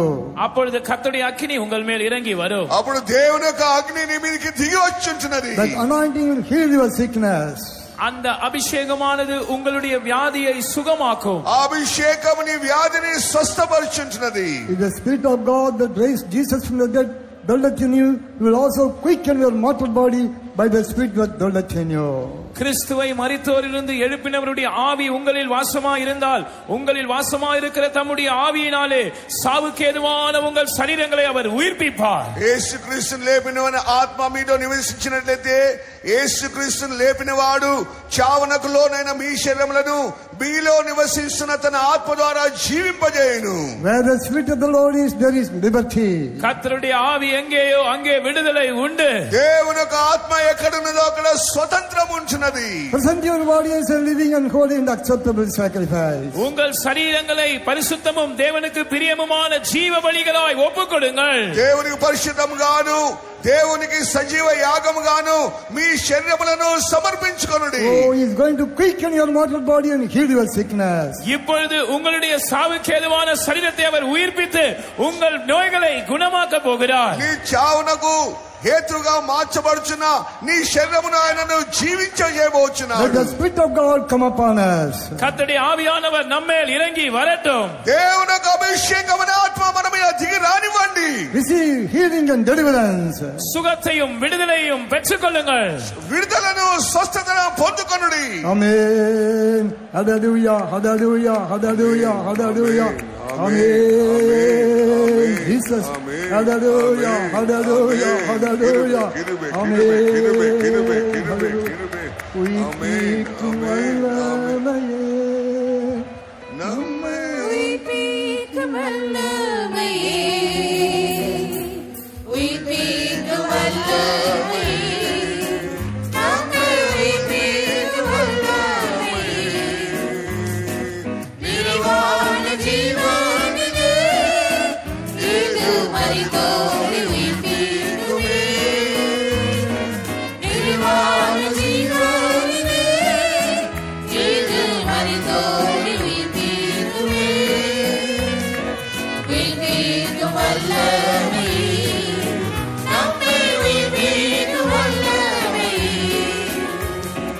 உயிர்ப்பிக்கும் வல்லமையே நம்மை உயிர்ப்பிக்கும் வல்லமையே நிறைவான ஜீவனிலே இது மரித்தோரை உயிர்ப்பிக்குமே நிறைவான ஜீவனிலே இது மரித்தோரை உயிர்ப்பிக்குமே உயிர்ப்பிக்கும் வல்லமையே நம்மை உயிர்ப்பிக்கும் வல்லமையே உயிர்ப்பிக்கும் வல்லமையே நம்மை உயிர்ப்பிக்கும் வல்லமையே நிறைவான ஜீவனிலே இது மரித்தோரை உயிர்ப்பிக்குமே நிறைவான ஜீவனிலே இது மரித்தோரை உயிர்ப்பிக்குமே Hallelujah, hallelujah, hallelujah.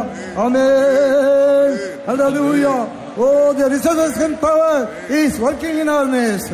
இதோ உயிர்த்தெழுந்த வல்லமை நம்முடைய மத்தியில் கிரியை செய்து கொண்டிருக்கிறது. ఇదిగో పునరుత్థాన శక్తి మన మధ్యలో క్రియ చేయుచున్నది. The quickening spirit is moving in our midst. உயிர்ப்பிக்கிற ஆவி நம்முடைய மத்தியில் அசைவாடி கொண்டிருக்கிறது. జీవింపజేసే శక్తి మన మధ్యలో అల్లాడుచున్నది. Be quickened by the Oh, quickening spirit and being healed of all your sicknesses. அந்த உயிர்ப்பிக்கிற ஆவியினாலே உயிர்ப்பிக்கப்பட்டு உங்களுடைய எல்லா வியாதிகளிலும் இருந்து சுகத்தை பெற்றுக்கொள்ளுங்கள். ఆ జీవజేసే శక్తిని పొందుకొనుడి, మీలోన వ్యాధుల నుంచి విడుదల పొందుడి. Amen. Hallelujah. Hallelujah. Hallelujah. Amen. Hallelujah. Hallelujah. Hallelujah. Amen. Hallelujah. Hallelujah. Hallelujah.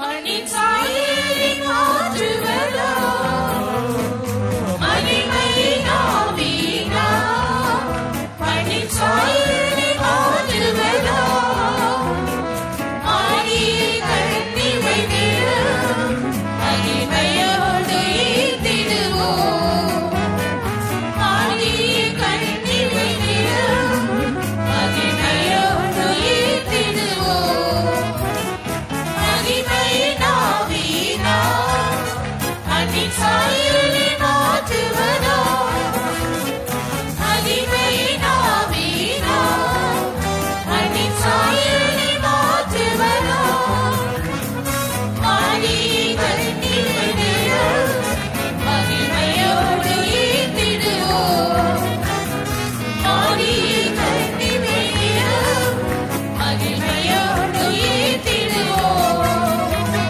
மகிமை நாவீனா மணிச்சாயலின் மாற்றுவதோ மகிமை நாவீனா மணிச்சாயலின் மாற்றுவதோ மாறி கண்ணிமை நிறம் மகிமையோடு ஈர்த்திடுவோம் மாறி கண்ணிமை நிறம் மகிமையோடு ஈர்த்திடுவோம் மகிமை நாவீனா மணிச்சாயலின் மாற்றுவதோ மகிமை நாவீனா மணிச்சாயலின் மாற்றுவதோ மாறி கண்ணிமை நிறம் மகிமையோடு ஈர்த்திடுவோம் மாறி கண்ணிமை நிறம் மகிமையோடு ஈர்த்திடுவோம் மாறி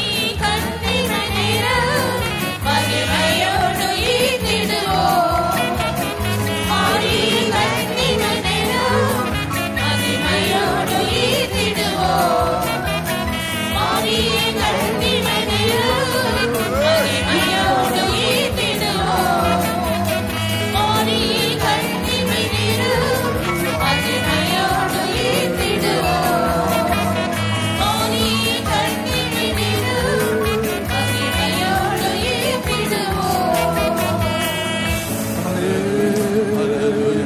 Hallelujah. Hallelujah. Hallelujah. Amen. Jesus. Look about all about you. Good about you. Amen. Jesus. Hallelujah. Hallelujah. Hallelujah. Hallelujah. Amen. Jesus. Hallelujah. Hallelujah. Hallelujah.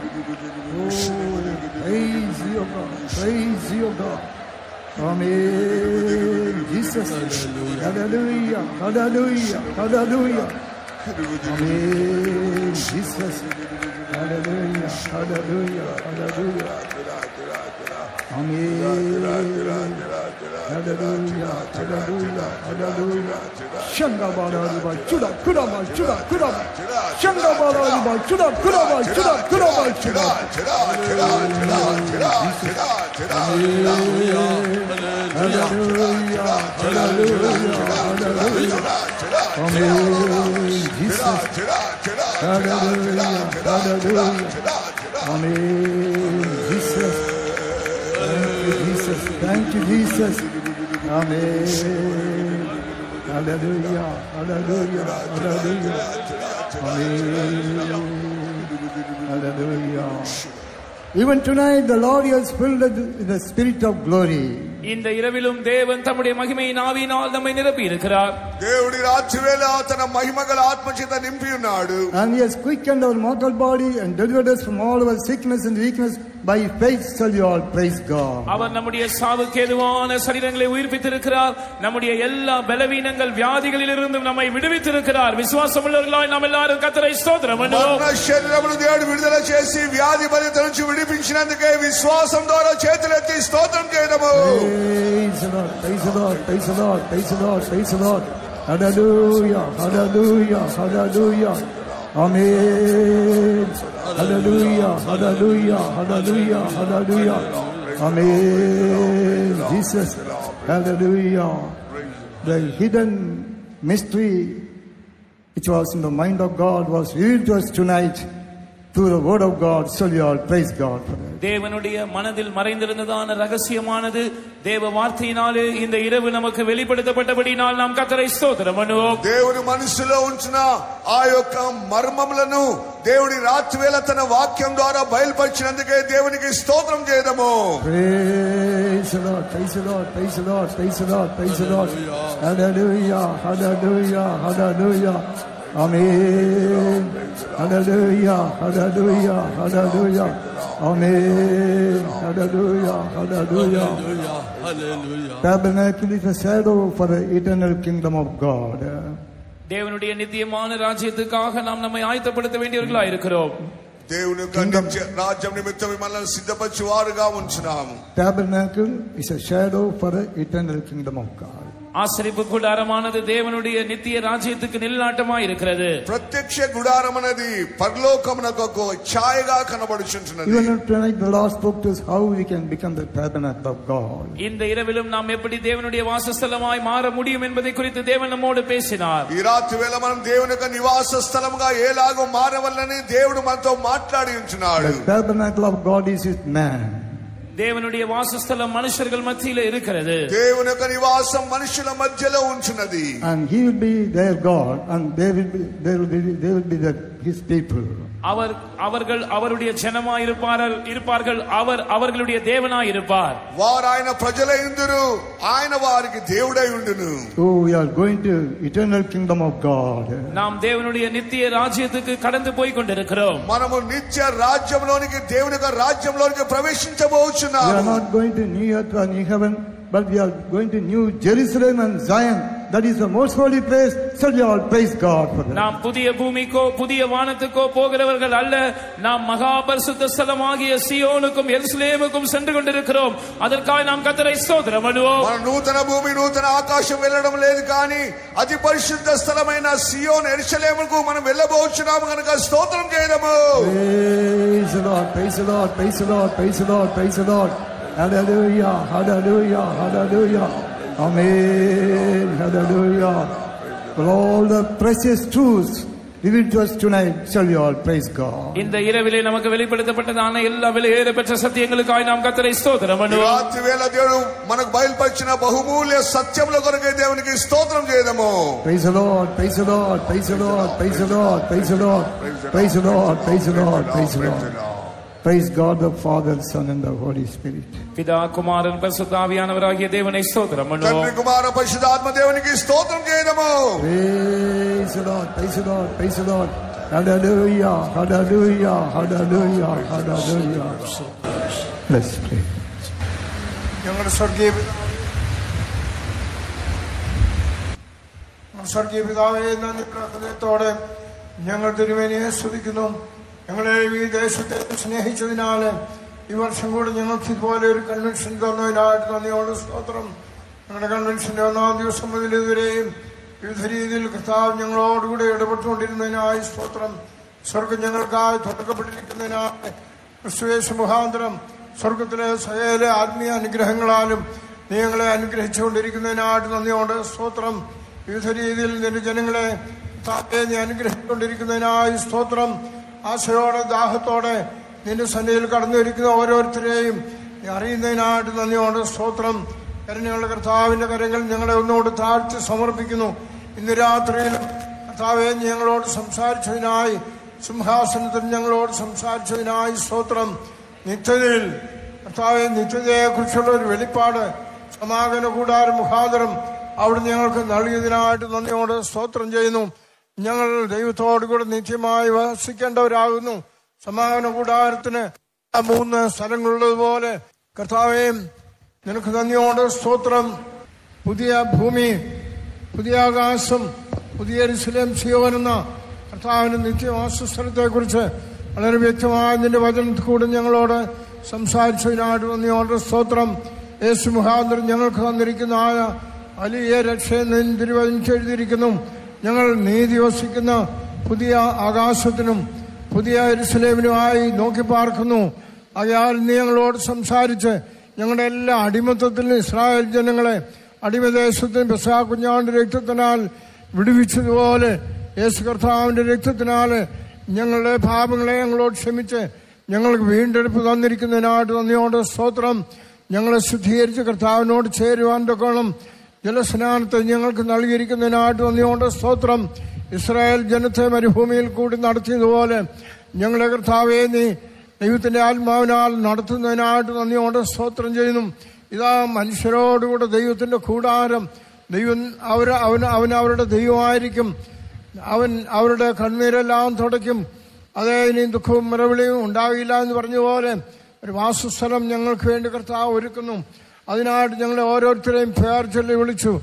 ഞങ്ങളെ നിന്റെ രക്തത്താൽ വിടുവിച്ച് ഞങ്ങളെ സ്നാനത്തിൽ കൂടി നടത്തി ഞങ്ങൾ കർത്താവ് പരിശുദ്ധാത്മാവിന്റെ അഭിഷേകം തന്നതിനാൽ നിന്റെ തേജസ് സമാഗമന കൂടാരത്തെ എന്റെ തേജസ്സിനാൽ ഞാൻ വിശുദ്ധീകരിക്കുന്നു എഴുതിയിരിക്കുന്ന പോലെ പരിശുദ്ധാത്മാവിനാൽ, മഹത്വത്തിന്റെ ആത്മാവിനാൽ ഞങ്ങളെ അവിടുന്ന് വിശുദ്ധീകരിച്ചുകൊണ്ടിരിക്കുന്നതിനായി സ്തോത്രം.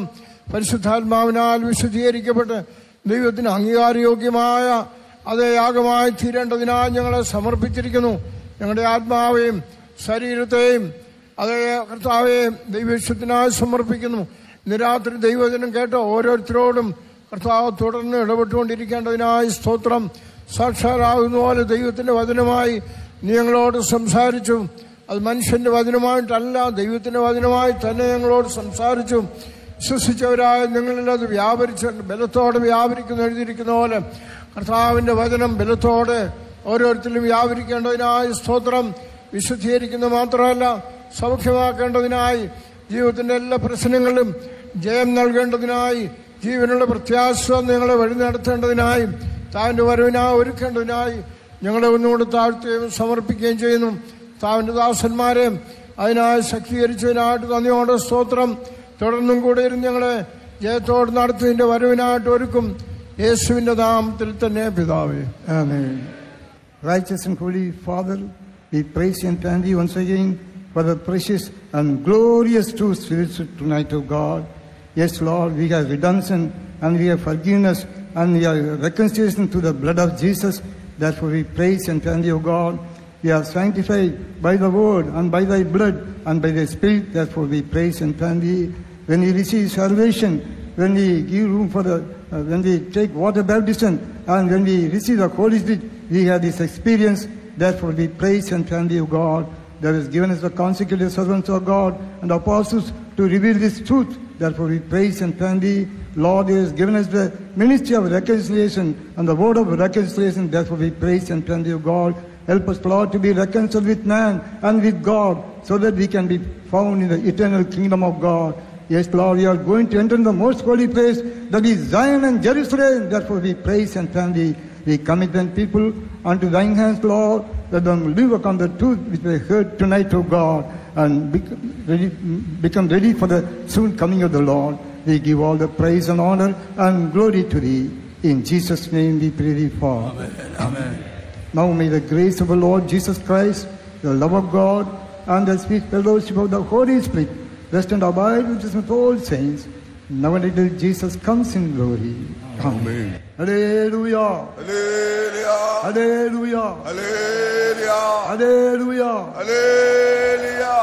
Praise the Lord. God bless you. கர்த்தருக்கு ஸ்தோத்திரம். கர்த்தர் உங்களை அனைவரையும் ஆசீர்வதிப்பாராக. దేవునికి స్తోత్రం. దేవుడు మిమ్మల్ని ఆశీర్వదించును గాక.